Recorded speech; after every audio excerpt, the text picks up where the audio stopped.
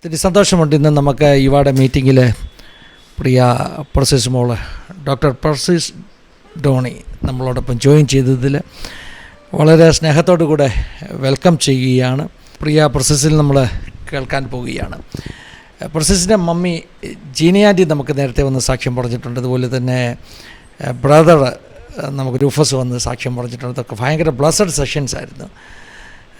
ഒരു മിഷണറി കുടുംബത്തിൽ ജനിച്ചു വളർന്നത് കൊണ്ട്, നോർത്ത് ഇന്ത്യയിൽ ജനിച്ചു വളർന്നത് കൊണ്ട് ഒത്തിരി ലൈഫ് എക്സ്പീരിയൻസസ് നമ്മൾ കേൾക്കാൻ പോവുകയാണ്. നേരിട്ട് പ്രൊസീസിന് തന്നെ കേൾക്കാൻ പോവുകയാണ്. വളരെ പ്രാർത്ഥനയോട് കൂടി നമുക്കായിരിക്കാം. ആസാദയുടെ പ്രേക്ഷകർക്ക് ഈ സെഷൻ ഒരു വലിയ അനുഗ്രഹമാകുമെന്ന് ഞാൻ വിശ്വസിക്കുകയാണ്. യുവയുടെ കുഞ്ഞുങ്ങൾക്കൊരു വലിയ ബ്ലെസ്സിങ് ആകുമെന്ന് വിശ്വസിക്കുകയാണ്. നമുക്ക് ഞാൻ പരിചയപ്പെടുത്തിയെങ്കിലും നമ്മുടെ വ്യൂവേഴ്സിന് വേണ്ടി ഒന്ന് പരിചയപ്പെടാം അല്ലേ മോളെ? ഓക്കെ, ദൈവത്തിന് സ്തോത്രം. ജനിച്ചു വളർന്നതൊക്കെ നോർത്തിലാണോ? ഞാൻ ആക്ച്വലി ജനിച്ചത് നാട്ടിലാ. പക്ഷേ അറൌണ്ട് 4 years ആയപ്പോൾ ആഫ്റ്റർ മമ്മിയുടെ ആക്സിഡന്റിന് ശേഷം ഞങ്ങൾ ഡൽഹിക്ക് പോയി. അതെ, ഞാൻ മമ്മിയുടെ സാക്ഷ്യത്തിൽ കേട്ടിട്ടുണ്ട്. മമ്മിയുടെ ആക്സിഡൻറ്റ് കഴിയുമ്പോൾ പെട്ടെന്ന് ഡിസൈഡ് ചെയ്യുക നോർത്തിൽ കർത്താവിൻ്റെ വേലയ്ക്ക് പോകാൻ അല്ലേ? കുഞ്ഞുങ്ങളെ കൊണ്ട് എല്ലാം അങ്ങ് പോവുകയാണ്. അതെ, സത്യത്തില് മുമ്പ് പോയി. ഫുൾ നടക്കാൻ പറ്റാത്ത ബെഡ് റെസ്റ്റ് എണീറ്റ് ഉടനെ തന്നെ അങ്ങോട്ട് പോയി. സാധാരണ ആക്സിഡൻ്റ് ഒക്കെ പറ്റിയാൽ ആളുകൾ പറയും, ഓ ഇനിയിപ്പോൾ നോർത്തിലൊന്നും പോകാൻ പറ്റത്തില്ല കാരണം ആരോഗ്യത്തിന് പ്രശ്നങ്ങളുണ്ട്. പക്ഷേ മോടെ പേരൻസ് ഒരു വ്യത്യസ്തമാകുന്ന തീരുമാനമെടുത്തു. ആ തീരുമാനത്തിൻ്റെ റിസൾട്ട് നോർത്ത് ഇന്ത്യയെ കണ്ടു, കുഞ്ഞുങ്ങളുടെ ജീവിതത്തിൽ കണ്ടു. അങ്ങനെയുള്ള ഒത്തിരി അനുഭവങ്ങളുണ്ടായി. അത് തികച്ചും ഒരു ദൈവത്തിന്റെ പ്ലാൻ ആയിരുന്നു. എന്ന് വെച്ചാൽ ഡാഡി പോയതും ബോംബെയിലോട്ടാ. ബിക്കോസ് ഡാഡി അതിന് മുമ്പ് ബോംബെയിൽ വർക്ക് ചെയ്തിട്ടുണ്ട് ഗൾഫിലൊക്കെ പോകുന്നതിന് മുമ്പ്. അപ്പൊ ഡാഡിയുടെ ഒരു കാൽക്കുലേഷനിൽ ബോംബെ പോയാൽ നമുക്ക് ആരെങ്കിലും അറിയാവുന്നവരൊക്കെ ഉണ്ട്. നോർത്ത് ഇന്ത്യയിലാണല്ലോ സുവിശേഷം ചെയ്യണമെന്ന് ദൈവാത്മാവ് അറിയിച്ചിട്ടുള്ളത്. അപ്പൊ അതൊരു കംഫർട്ട് സോൺ തേടി അങ്ങോട്ട് പോയി. പക്ഷെ പ്ലാൻ ഒന്നും ദൈവത്തിന്റെ പ്ലാൻ അതല്ലായിരുന്നു. ദൈവം അടിച്ചു പൊളിച്ചത് ഡൽഹി കൊണ്ടുപോയി. പിന്നെ ബാക്കിയൊക്കെ ദൈവം നടത്തിയത് മാത്രം. ദൈവത്തിന് സ്തോത്രം. ഡോക്ടർ പ്രൊസീസ് എവിടെയാണ് പഠിച്ചതൊക്കെ? ഞാൻ കർണാടകയിലാണ് പഠിച്ചത്.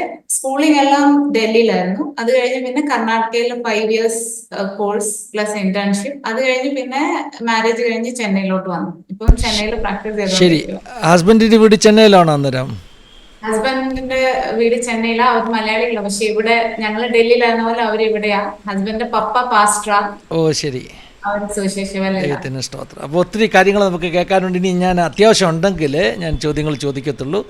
സോ ഈ സമയം മുതലെടുക്കാം കേട്ടോ. നമ്മുടെ കുഞ്ഞുങ്ങൾക്ക് വേണ്ടി ജീവിതാനുഭവങ്ങളെല്ലാം പറയാം, ചെറിയ പ്രായം മുതലുള്ള അനുഭവങ്ങളെല്ലാം. So you can continue. Thank you so much for giving me this wonderful opportunity. എനിക്ക് തോന്നുന്നു നിറയെ പേരും വളരെ യങ് ആയിട്ടുള്ളവരാണ്. I'm not so young, but of course എന്റെ ഒരു ടീനേജ് ചൈൽഡ്ഹുഡിനെക്കാളും എന്നെ ഒത്തിരി ദൈവം മോൾഡ് ചെയ്ത ഒരു ബ്രാക്കറ്റ് പീരീഡ് ആയിരുന്നു when I was in college. ആ ഒരു ഏജ് എന്ന് പറയുന്നത് എല്ലാവർക്കും ഭയങ്കര ക്രൂഷ്യൽ ആയിട്ടുള്ള ഒരു ടൈമാണ്. പക്ഷെ ആ സമയത്ത് നമ്മുടെ കൂടെ ദൈവത്തിന്റെ സാന്നിധ്യം ഇല്ലെന്നുണ്ടെങ്കിൽ നമുക്കതിനെ ഓവർകം ചെയ്യാൻ പറ്റത്തില്ല. സോ ഐ തിങ്ക് എന്റെ ആ ഒരു ടെസ്റ്റിമണി ഈ ഒരു ഗ്രൂപ്പ് ഓഫ് പീപ്പിൾ പ്രോബ്ലി ആർക്കെങ്കിലും ഒരാൾക്കെങ്കിലും ടച്ച് ചെയ്താൽ അത് ദൈവത്തിന്റെ മഹത്വത്തിന് വേണ്ടി ആയിത്തീരട്ടെ എന്ന് ഞാൻ പറയുന്നു. സോ ഇത്രയും നേരം ഭാഷകൾ പറഞ്ഞതുപോലെ സ്റ്റിൽ ഞാനൊരു ഇൻട്രൊഡക്ഷൻ, ഒരു ഔട്ട്ലൈൻ എന്നുള്ള രീതിയിൽ ഞാൻ എൻ്റെ ഒരു childhood from where I start.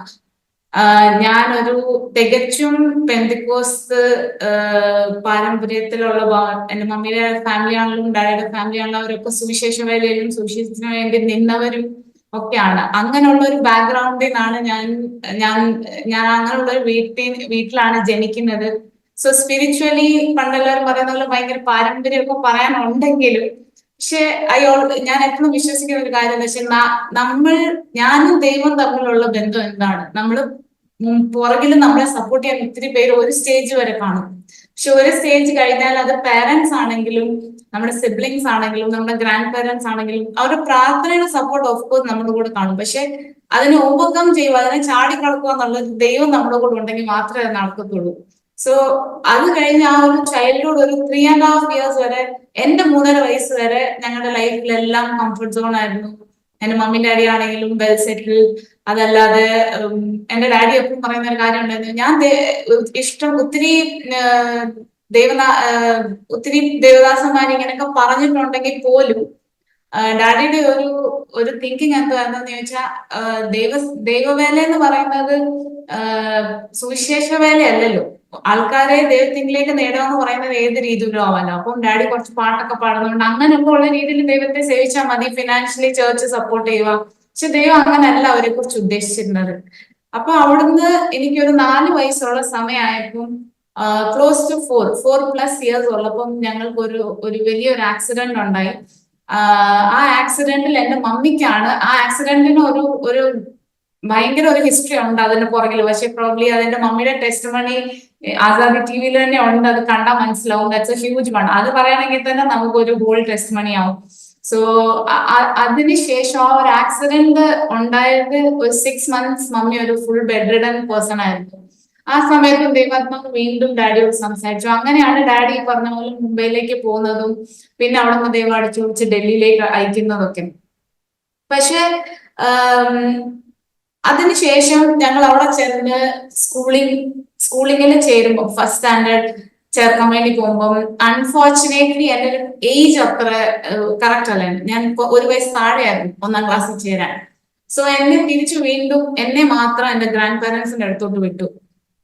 തമാശനാണെങ്കിലും എന്റെ ഡാഡി എപ്പോഴും പറയാറുണ്ട് വീട്ടില്, ഇവൾ അവിടെ പോയി 1 വർഷം നിന്ന് ആ ഒരു ലക്ഷറി ഒക്കെ പിന്നെയും അനുഭവിച്ചത് കൊണ്ട് കുറച്ചൊക്കെ ആ ഒരു കാഠിന്യം ഡൽഹി ചെന്ന സമയത്ത് മിസ് ചെയ്തു. ബട്ട് സ്റ്റിൽ ആ ഒരു വർഷം കഴിഞ്ഞ് ഞാൻ ഡൽഹിയിലേക്ക് ചെല്ലുമ്പോൾ ആ ഒരു സ്ട്രഗ്ലിംഗ് പീരീഡ്, ആ മിനിസ്ട്രിയിലുള്ള സ്ട്രഗ്ലിംഗ് പീരീഡ് അത് കണ്ടിന്യൂ ചെയ്തുകൊണ്ടേ ഇരിക്കുമായിരുന്നു. ഞാൻ പല ദിവസങ്ങളിലും കണ്ടിട്ടുണ്ട്. ഞങ്ങള് അവർ commitment towards ministry. Mummy daddy അവിടെ ചെന്നു. അതിനുശേഷം മമ്മിക്ക് വേറെ കുറെ സർജറീസ് ഒക്കെ ഉണ്ടായിരുന്നു. ശരിക്കും പറഞ്ഞ എണീറ്റ് നടക്കാൻ പറ്റുന്ന ഒരു അവസ്ഥയൊന്നും അല്ല അവിടെ ചെന്നതിന് ശേഷവും. അപ്പോ ഞങ്ങൾ ഒരു അഡ്ജസ്റ്റ്മെന്റിലൊക്കെ ഇങ്ങനെ എന്തിനും വൈന്ന് ചോദിക്കാനോ അല്ലെ ഇതെന്തുകൊണ്ട് ഇങ്ങനെ സംഭവിച്ചു, അല്ലെ ഞങ്ങൾക്ക് അത് വേണം, അങ്ങനെ ഒന്നും ഒരു ഡിമാൻഡ് ചെയ്യാൻ പറ്റുന്ന ഒരു ചൈൽഡ്ഹുഡ് അല്ലായിരുന്നു ഞങ്ങളുടെ. പക്ഷെ എപ്പോഴും ഞാൻ വിചാരിക്കാറുണ്ട്, ഒത്തിരി ഫിനാൻഷ്യൽ സ്ട്രഗിൾസ് വന്നാലും നമ്മൾ സ്കൂളിൽ പോകുമ്പം പല അനുഭവങ്ങളുണ്ട്. പറയുമ്പം ഈ ചെറിയൊരു ടൈമിൽ പറയണമെന്നുള്ളതുകൊണ്ട് ഞാൻ ഓടിച്ചിങ്ങനെ പോവാ. ഒത്തിരി സ്കൂൾ ടൈമിലൊക്കെ ആണെങ്കിലും എന്താ പറയുന്നത്, നമ്മൾ പല ദിവസങ്ങളിലും ടിഫിൻ ഇല്ലാതെ സ്കൂളിൽ പോയിട്ടുണ്ട്. അതിന്റെ ഒരു ചെറിയ എക്സാമ്പിൾ ഞാൻ പറയാം. ഞങ്ങൾ വീട്ടിൽ നിന്ന് ഇറങ്ങും, മമ്മി ആ സമയത്തും കിടക്കയിലായിരിക്കും. ബിക്കോസ് അവിടുത്തെ ക്ലൈമറ്റ് എല്ലാവർക്കും അറിയാം, നോർത്ത് ഇന്ത്യയിൽ ഭയങ്കര എക്സ്ട്രീം വിന്റർ ആയിരിക്കും. ആ സമയത്തൊന്നും വേദനയുള്ളവർക്ക് ഒട്ടും എണീക്കാൻ പറ്റത്തില്ല. അപ്പം നമ്മൾ രാവിലെ എണീക്കും, യൂണിഫോം ഇടും, എന്നിട്ട് പോകുമ്പോ നമ്മുടെ ടിഫിൻ ഗാലിയായിട്ടാണ് നമ്മുടെ ബാഗിനകത്ത് എടുത്ത് വെക്കുന്നത്. ബിക്കോസ് നമുക്ക് ടിഫിൻ വെക്കാനില്ല സ്കൂളിൽ കൊണ്ടുപോയി. എന്നിട്ട് പോകുന്ന വഴി ഞങ്ങൾ കരോൾ ബാഗ് എന്ന് പറഞ്ഞൊരു സ്ഥലത്താ അന്ന് ഡാഡി മമ്മി മിനിസ്ട്രി ചെയ്യുന്നത് ഡൽഹി ചെന്ന സമയത്ത്. അപ്പൊ ഞങ്ങൾ 3 പേരുണ്ട്. അപ്പൊ അവിടെ നിന്ന് 3 പേര്, ഞങ്ങൾ 2 പേര് ആ സമയത്ത് സ്കൂളിൽ പോകുന്നത്. ഞങ്ങളുടെ ബ്രദർ ഒത്തിരി ചെറുത് ആ സമയത്ത്. അപ്പൊ ഞങ്ങളെ 2 പേരെയും കൂടെ കൊണ്ടുപോയി അവിടെ ഒരു സാധാരണ ഒരു കടയുണ്ട്. ആ കട മാത്രമേ ഉള്ളൂ 7-7:30 സ്റ്റാർട്ട് ചെയ്യുന്നത് രാവിലെ. അന്നൊക്കെ 3 rupees ഒരു ബണ്ണ് കിട്ടും. ഇപ്പൊ ആ ബണ്ണ് ആക്ച്വലി ഭയങ്കര ഈ ടീ ഷോപ്സിലൊക്കെ കിട്ടത്തുള്ളൂ. ഇപ്പൊ വലിയ വലിയ ബേക്കറി പോലും അങ്ങനത്തെ ബണ്ണ് കിട്ടത്തില്ല. ആ ബണ്ണ് വാങ്ങിച്ചിട്ട് ഡാഡി ആ കടയിൽ വെച്ച് ആ ബണ്ണിന്റെ കവറിൽ നിന്ന് ആ ബണ്ണ് എടുത്തിട്ട് അത് 2ആയിട്ട് മുറിച്ച് ഞങ്ങളുടെ ടിഫിൻ ബോക്സ് വെക്കും. ബിക്കോസ് ഞങ്ങൾ ക്ലാസ് ചെല്ലുമ്പം ഒരു എന്താ പറയുക, ഒന്നില്ലാത്ത ടിഫിൻ ബോക്സ് തുറക്കല്ലല്ലോ. ആ ഒരു ഓർമ്മയാണ് ഞങ്ങളുടെ സ്കൂൾ ടൈമിൽ, ആ ഒരു യങ് സ്കൂൾ ടൈമിൽ ഞങ്ങൾക്കുള്ള ഒരു ഓർമ്മ. അങ്ങനെ പിന്നെ ഞങ്ങൾ സ്കൂളിൽ പോകും. പക്ഷെ ആ സമയത്തൊക്കെ ഞാൻ എപ്പോഴും അല്ലെങ്കിൽ ഒരു മെന്റൽ ട്രോമയിലും കൂടെ ഞങ്ങൾ പോയിട്ടില്ല. ഇങ്ങനത്തെ ഒരു ചൈൽഡ്ഹുഡ് ആണെങ്കിൽ പോലും എന്നും ഒരു പ്രത്യാശയും ഒരു ഹോപ്പും, അതെപ്പോഴും ഞാൻ വിചാരിക്കും അത് ഇവരുടെ ഒരു പാരന്റിങ്, ഇവരുടെ ഒരു മെന്ററിങ് കാരണമായിരിക്കും. ഒരു സുവിശേഷ വേലയോട് ഒരു കയ്പോ ഒരു എതിർപ്പോ ഒന്നും നമുക്ക് ഉണ്ടായിട്ടില്ല. ഇതെല്ലാം ഒരു പാർട്ട് ഓഫ് ലൈഫായിട്ടാണ് ഞങ്ങൾ ആ ഒരു ടൈം വരെ, ഒരു പ്രോബ്ലി 10th സ്റ്റാൻഡേർഡ് വരെയോ 12th സ്റ്റാൻഡേർഡ് വരെയോ ആസ് എ പേഴ്സൺ എനിക്ക് അങ്ങനെ ഒരു പ്രശ്നം ഉണ്ടായിട്ടില്ല. സുവിശേഷ വേലയ്ക്ക് ഇറങ്ങിയോ നമുക്ക് കഷ്ടപ്പാട് വന്നു. ആൻഡ് ദെർ വർ ടൈംസ് അത്യാവശ്യം നല്ലതായിട്ട് പഠിക്കുന്ന കുട്ടികളാണെങ്കിൽ പോലും നമ്മൾ 5th സ്റ്റാൻഡേർഡ് 6th സ്റ്റാൻഡേർഡിലൊക്കെ നല്ല മാർക്കോടെ പാസ്സായെങ്കിൽ പോലും നെക്സ്റ്റ് ഇയറിലേക്ക് പോകുമ്പം നമ്മൾ ജൂലൈ 1ാം തീയതി അല്ല മാർച്ച് 1ാം തീയതി ഞങ്ങൾ റെഡി ആയിട്ട് യൂണിഫോം ഒക്കെ, പുതിയ യൂണിഫോം അല്ലെങ്കിൽ പോലും നമുക്ക് പുതിയ ക്ലാസ്സിലോട്ട് പോവാണല്ലോ എന്നുള്ള ഒരു സന്തോഷിച്ച് സ്കൂളിൽ പോകും. സ്കൂളിൽ പോയി ക്ലാസ്സിൽ ഇരുന്ന് കഴിയുമ്പം അവര് പ്രൊമോട്ടഡ് പിള്ളേരൊക്കെ ലൈനായിട്ട് അടുത്ത ക്ലാസ്സിലോട്ട് കൊണ്ടുപോകുമ്പോൾ എല്ലാരെയും കൊണ്ടുപോകും. അവര് പറയും പേഴ്സസ് പോണ്ടെന്ന് പറയും. അത് അവര് പറയുന്ന ഫെയിൽ ആയ പിള്ളേരോടും പറയും പേഴ്സസ് പോണ്ടെന്ന് പറയും. റീസൺ എന്താന്ന് വെച്ചാൽ ഞങ്ങൾ ഫീസ് അടച്ചിട്ടുണ്ടാവാൻ ഫീസ് അടയ്ക്കാൻ പറ്റിയിട്ടുണ്ടാവത്തില്ല. പക്ഷെ അന്നും ഞങ്ങളോട് മമ്മിനെ പറയും വിശ്വാസത്തോടെ പോ സ്കൂളിൽ, നമ്മുടെ വിശ്വാസം നമ്മൾ ചെന്ന അടുത്ത ക്ലാസ്സിലോട്ട് കയറ്റുന്ന. പക്ഷെ അതൊന്നും നമ്മളെ ഒരു മെന്റൽ ട്രോമയിലൂടെ കടത്തി വിട്ടിട്ടില്ല ആ സമയത്ത്. അന്നൊക്കെ നമ്മുടെ വിചാരം മമ്മിനാണെങ്കിൽ പറഞ്ഞിട്ടുണ്ടല്ലോ എങ്ങനെയെങ്കിലും നമ്മൾ അടുത്ത ക്ലാസ്സിൽ പോകും. അങ്ങനെ നമ്മൾ ഒത്തിരി ഇൻസൾട്ടഡ് ആയിട്ടുണ്ട്. പക്ഷെ അന്നൊന്നും അതൊരു ഇൻസൾട്ട് ആണെന്നോ അങ്ങനെയൊന്നും ഫീൽ ചെയ്തിട്ടില്ല. അങ്ങനെ ആ ഒരു സ്കൂൾ ടൈം കഴിഞ്ഞതിന് ശേഷം അതിന്റെ ഇടയ്ക്ക് മമ്മിക്ക് വീണ്ടും 2-3 ആക്സിഡന്റ് ഉണ്ടായി. ഞങ്ങൾക്ക് ആക്സിഡന്റ് ഉണ്ടായി സ്കൂളിൽ പോകുന്ന വഴിക്ക്. അങ്ങനെ കുറെ ട്രോമയിലൂടെ അങ്ങനെയുള്ള ഒരു ലൈഫ് സ്റ്റൈലിൽ കൂടെ കടന്നു പോയതിനു ശേഷം ഒരു വലിയ turning point in my life as a person. ഞാൻ 12th കഴിഞ്ഞപ്പം എല്ലാവരും വിചാരിക്കുന്ന പോലെ എന്റെ ഡാഡിയും മമ്മിയും വിചാരിച്ചിട്ടുണ്ട് ഞങ്ങൾ ഒരു കോൾ സെന്റർ ചെയ്യണം. പക്ഷെ ഒരു പാസ്റ്ററിന്റെ മക്കൾക്ക് അത്രയുള്ള ഒരു കപ്പാസിറ്റി അല്ലേ ഉള്ളൂ 3 പേരെ പഠിപ്പിക്കണം. സോ ഒരു കോൾ സെന്ററിലോ അല്ലെന്നുണ്ടെങ്കിൽ വല്ല നഴ്സിംഗോ അങ്ങനെ എന്തെങ്കിലും വിടണം. അങ്ങനെ ഒരു മൈൻഡ് സെറ്റ് എന്താണോ വരുന്നത് നമ്മുടെ കയ്യിൽ ഒതുങ്ങുന്ന പോലെ. അപ്പം പഠിച്ചു കഴിഞ്ഞു. ആ ഒരു വർഷം നമ്മളിങ്ങനെ കൺഫ്യൂഷനായി എന്ത് ചെയ്യണം. അപ്പോഴും നമ്മുടെ ഈ ചൈൽഡ്ഹുഡ് ഒരു ലൈഫ് സ്റ്റൈൽ കൊണ്ടാണെന്ന് അറിയത്തില്ല. അന്നും എനിക്ക് ഒരിക്കലും അവരോട് ചോദിക്കാൻ തോന്നിയിട്ടില്ല എങ്ങനെ ഞങ്ങളുടെ കാര്യം നടക്കും, അല്ലെന്നുണ്ടെങ്കിൽ എങ്ങനെ ഞാൻ പഠിക്കും. ഇത്രയും നാൾ അങ്ങനെ ഒരു ചോദ്യം നമ്മള് അവരോട് ചോദിച്ചിട്ടില്ല നമ്മൾ മുൻപേരും. അങ്ങനെ വന്ന ഒരു ദിവസം എന്റെ മമ്മി ഒരു ഗുഡ് ന്യൂസ് എടുത്ത് വായിച്ചുകൊണ്ടിരിക്കുമ്പം ഞാൻ എല്ലാ എൻട്രൻസ് എക്സാമും എഴുതി.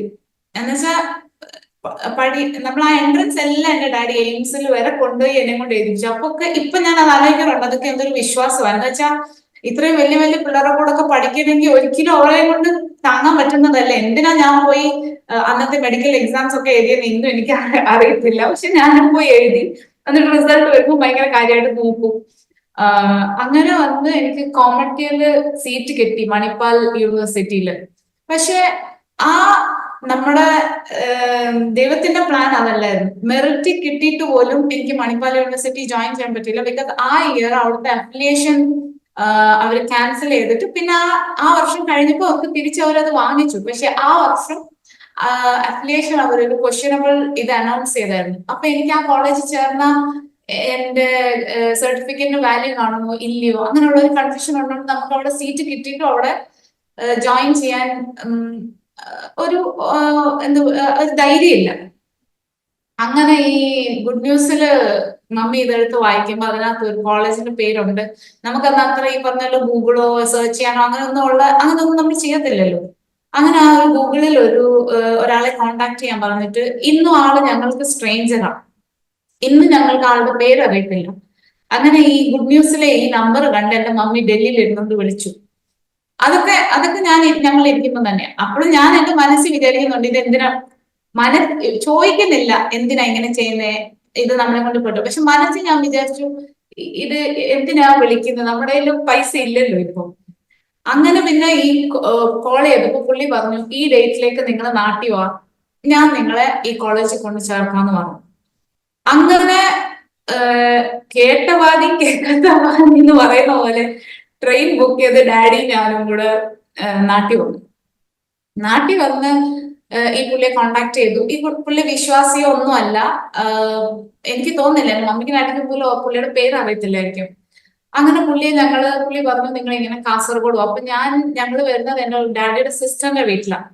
അപ്പം അന്ന് ഡാഡിയുടെ കയ്യില് പറയുവാണെങ്കിൽ ഞങ്ങൾക്ക് തൃശ്ശൂരിൽ നിന്ന് കാസർഗോഡ് വരെ പോവാൻ ഞങ്ങൾക്ക് 2 പേർക്ക് ടിക്കറ്റ് എടുക്കാനുള്ള ഇതുപോലും ഇല്ല.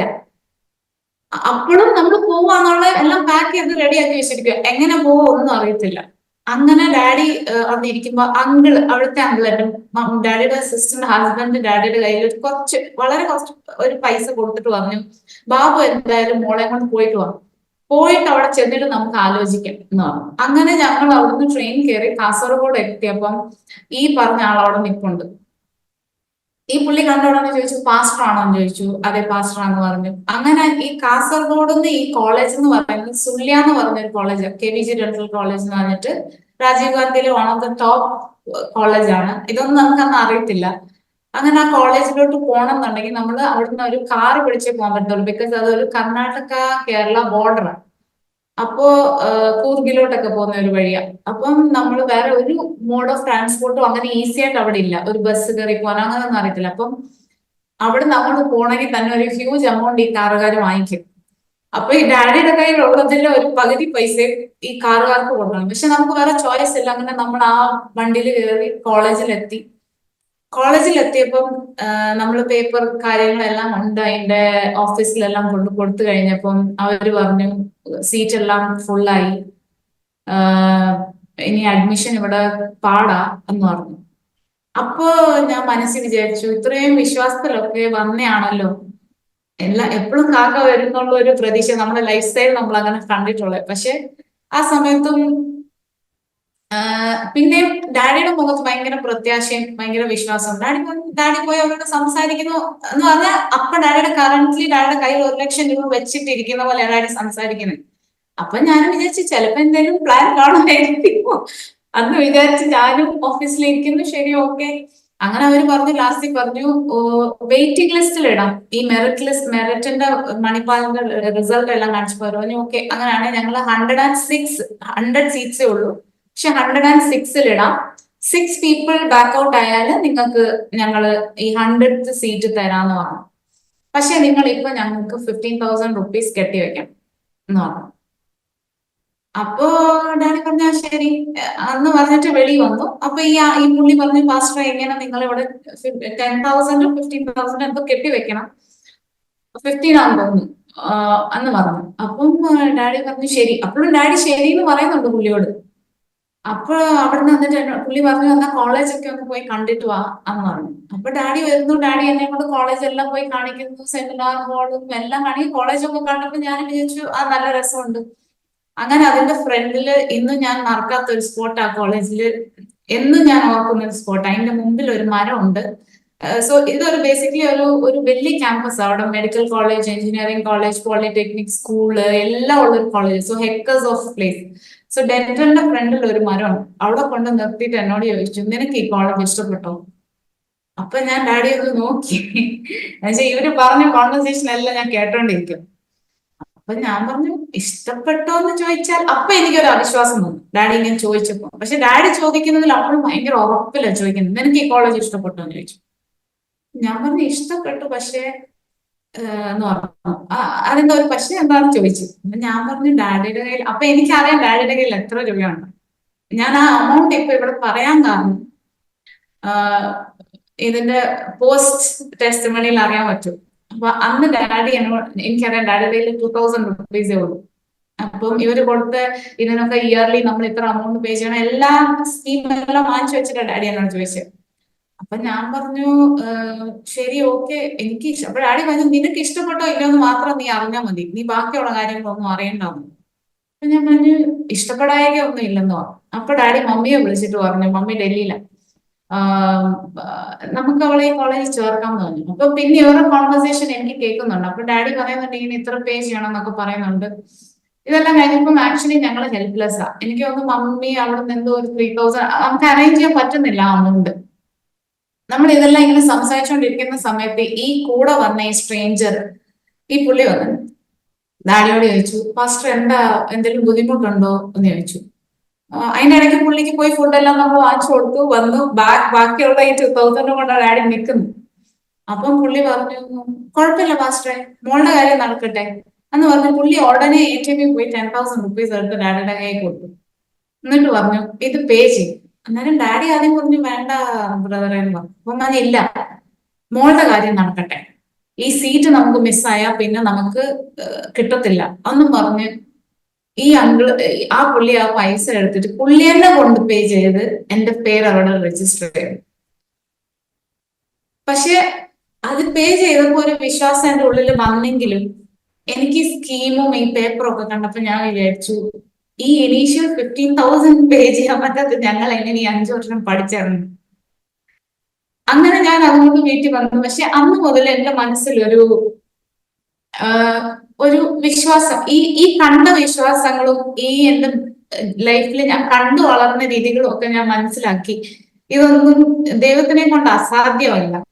അന്ന് ഞാൻ എന്നെ ഒരു ഒത്തിരി ധൈര്യപ്പെടുത്തി. അന്ന് എപ്പോഴും നമ്മുടെ വീട്ടിൽ പറയുന്ന ഒരു വാക്യമാണെങ്കിലും സങ്കീർത്തനം 118 8-9 പറയുന്ന പോലെ അത് ഞാൻ ഇന്നും പറയാറുണ്ട്, എന്റെ മോനോട് പറയാറുണ്ട്. മനുഷ്യരിൽ ആശ്രയിക്കുന്നതിനേക്കാൾ യഹോവയിൽ ആശ്രയിക്കുന്ന നല്ലത്, പ്രഭുക്കന്മാരിൽ ആശ്രയിക്കുന്നതിനേക്കാൾ യഹോവയിൽ ആശ്രയിക്കുന്നത് നല്ലതെന്ന്. അന്ന് ആ വന്ന മനുഷ്യൻ അന്ന് ഞങ്ങളോട് ഗുഡ് ബൈ പറഞ്ഞ് കാസർഗോഡ് നിന്ന് തിരിച്ചുപോയി. ഇന്നേ വരെ ഞങ്ങൾക്ക് ആ ആളുമായിട്ട് ഒരു കോണ്ടാക്റ്റും ഇല്ല. സോ ദൈവത്തിന് പ്രവർത്തിക്കണം എന്നുണ്ടെങ്കിൽ എങ്ങനെയും പ്രവർത്തിക്കുമെന്ന് ഞാൻ ആ നിമിഷം അവിടെ കണ്ടു. പക്ഷെ ആ ഒരു മൊമെന്റ് അവിടെ ദൈവമായിട്ട് ഇറങ്ങി വന്ന് പ്രവർത്തിച്ചതാണ് ഞാൻ എന്നും വിശ്വസിക്കുന്നുണ്ട്.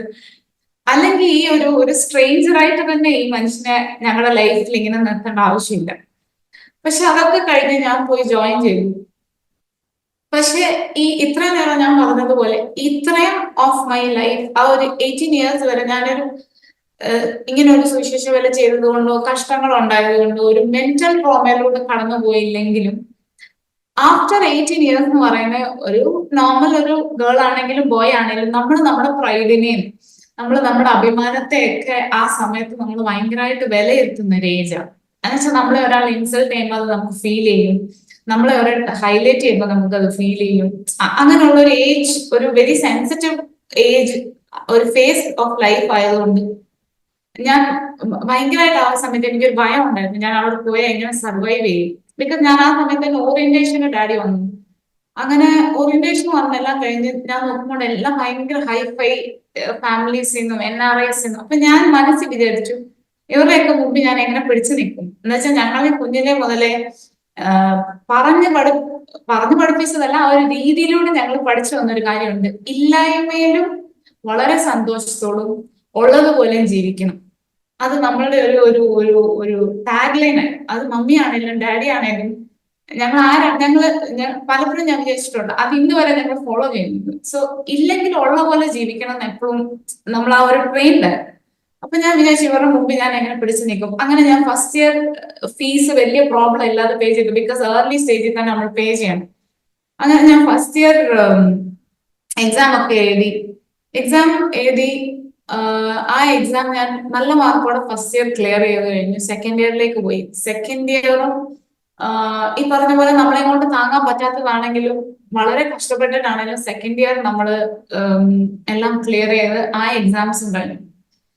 പക്ഷെ തേർഡ് അപ്പൊ ഞാൻ വിചാരിച്ചു എന്റെ ലൈഫിലെ ആ ഒരു വലിയ ഒരു ട്രോമറ്റൈസ് ആയിട്ടുള്ള രീതിയൊക്കെ മാറി, ഇനി ദൈവം എന്നെ നല്ലൊരു നമ്മുടെ ഇത് കഷ്ടപ്പാടൊക്കെ മാറി എന്ന് വിചാരിച്ചു. പക്ഷെ തേർഡ് ഇയറിന്റെ എക്സാം ആയപ്പം ആ സമയത്ത് എന്റെ മമ്മി ഡാഡി ഇന്ത്യയിലില്ല, എന്റെ ബ്രദർ ഇല്ല, ആരുമില്ല. ആ സമയത്ത് ഇതേപോലെ എന്റെ നോഡ്യൂ സർട്ടിഫിക്കറ്റ് ക്ലിയർ ചെയ്യാതെ അവർ വെച്ചു. അപ്പോ അവർ നോഡ്യൂ സർട്ടിഫിക്കറ്റ് ക്ലിയർ ചെയ്യുന്നതിന് മുമ്പ് അവിടുത്തെ മെയിൻ നോട്ടീസ് ബോർഡ് ഉണ്ട്, അവിടെ ഈ ഫീസ് ക്ലിയർ ചെയ്യാത്ത പിള്ളേരുടെ പേര് എഴുതി. എന്റെ പേര് ഇച്ചിരി വലിയ പേരായതുകൊണ്ട് അത് എഴുതിയ ആ ലിസ്റ്റ് കോളം ക്രോസ് ചെയ്തു പോകും. ജോർജ് ഒക്കെ പിന്നെ വരത്തുള്ളൂ, പേഴ്സസ് കൊച്ചുമ. അപ്പൊ ഈ പേര് ഇങ്ങനെ നീണ്ടു നിൽക്കുമ്പോ ഈ കയറി പോകുമ്പോഴും വരുമ്പോഴും ഒക്കെ നമ്മുടെ പേര് അവിടെ ഹൈലൈറ്റ് ചെയ്യണം. അത് അവിടെ ക്ലിയർ ആയിട്ടുണ്ട്, അത് എന്തുകൊണ്ടായി കുട്ടിയുടെ പേര് അവിടെ എഴുതിയിട്ടിരിക്കുന്നത്. അപ്പോ നമുക്ക് ക്ലാസ്സിൽ പോയാലും നമ്മളെ ആബ്സെന്റ് മാർക്ക് ചെയ്യത്തുള്ളൂ. അവർ പേര് വിളിക്കും, നമ്മൾ പ്രസന്റ് എന്ന് പറയുമ്പോൾ അവർ ആബ്സെന്റ് എന്ന് എഴുതും. സോ ഇതൊരു കണ്ടിന്യൂസ് ഫോർമാറ്റ് ആയി തേർഡ് ഇയർ ആയി. പക്ഷെ ഞാൻ പറഞ്ഞതുപോലെ ആ ഒരു ഏജ് എന്ന് പറയുന്നത് ഇത് നമ്മൾ ഒത്തിരി നമ്മൾ തളർത്തിക്കളയും. ബിക്കോസ് നമ്മൾ ആ ഒരു ഏജിൽ നമ്മൾ ഇതൊക്കെ മനസ്സിലാക്കാനുള്ള ഒരു പ്രായം. അങ്ങനെ വന്നു കഴിഞ്ഞപ്പം ഈ തേർഡ് ഇയറിൽ നമ്മുടെ കോളേജിന് ഒരു ഫ്രണ്ട് ഗേറ്റ് ഉണ്ട്. അപ്പൊ ഞാൻ ഫസ്റ്റ് ഇയർ സെക്കൻഡ് ഇയർ ഒക്കെ ഫ്രണ്ട് ഗേറ്റിൽ കൂടെ ആയിരുന്നു. തേർഡ് ഇയർ ആയപ്പോൾ നമ്മുടെ കോളേജിന്റെ ബാക്കിൽ ഈ പഴയ ഇൻസ്ട്രുമെന്റ്സ് ഒക്കെ എടുത്തുകൊണ്ട് പോകുന്നതും ആയമാര് പോകുന്നതുമായിട്ടൊരു ഗേറ്റ് ഉണ്ട്.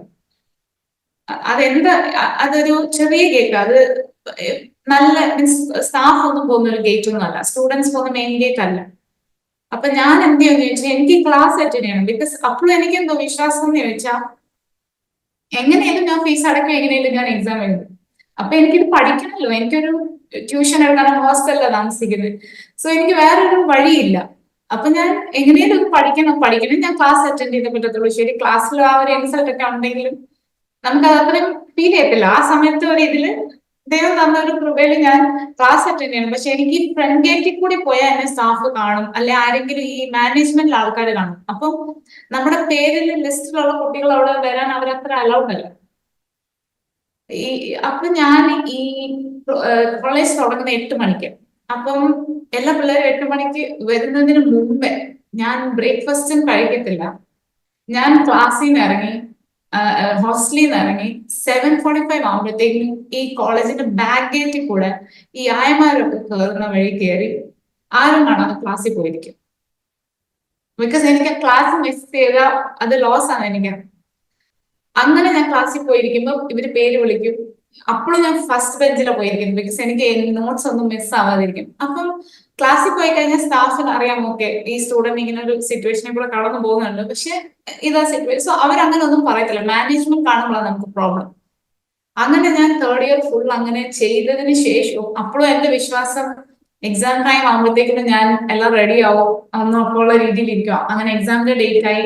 എനിക്ക് ജോണ്ടിസ് ഭയങ്കരമായിട്ട് കൂടി. എന്റെ ബിലിറുബിൻ കൗണ്ട് ഒരു നോർമൽ സർവൈവ് ചെയ്യുന്ന ഒരു 14 മേളിലായി കഴിഞ്ഞാൽ അവർക്ക് സർവൈവ് ചെയ്യാൻ പറ്റും. മീൻസ് ഭയങ്കര കോംപ്ലിക്കേഷനിലേക്ക് പോകും.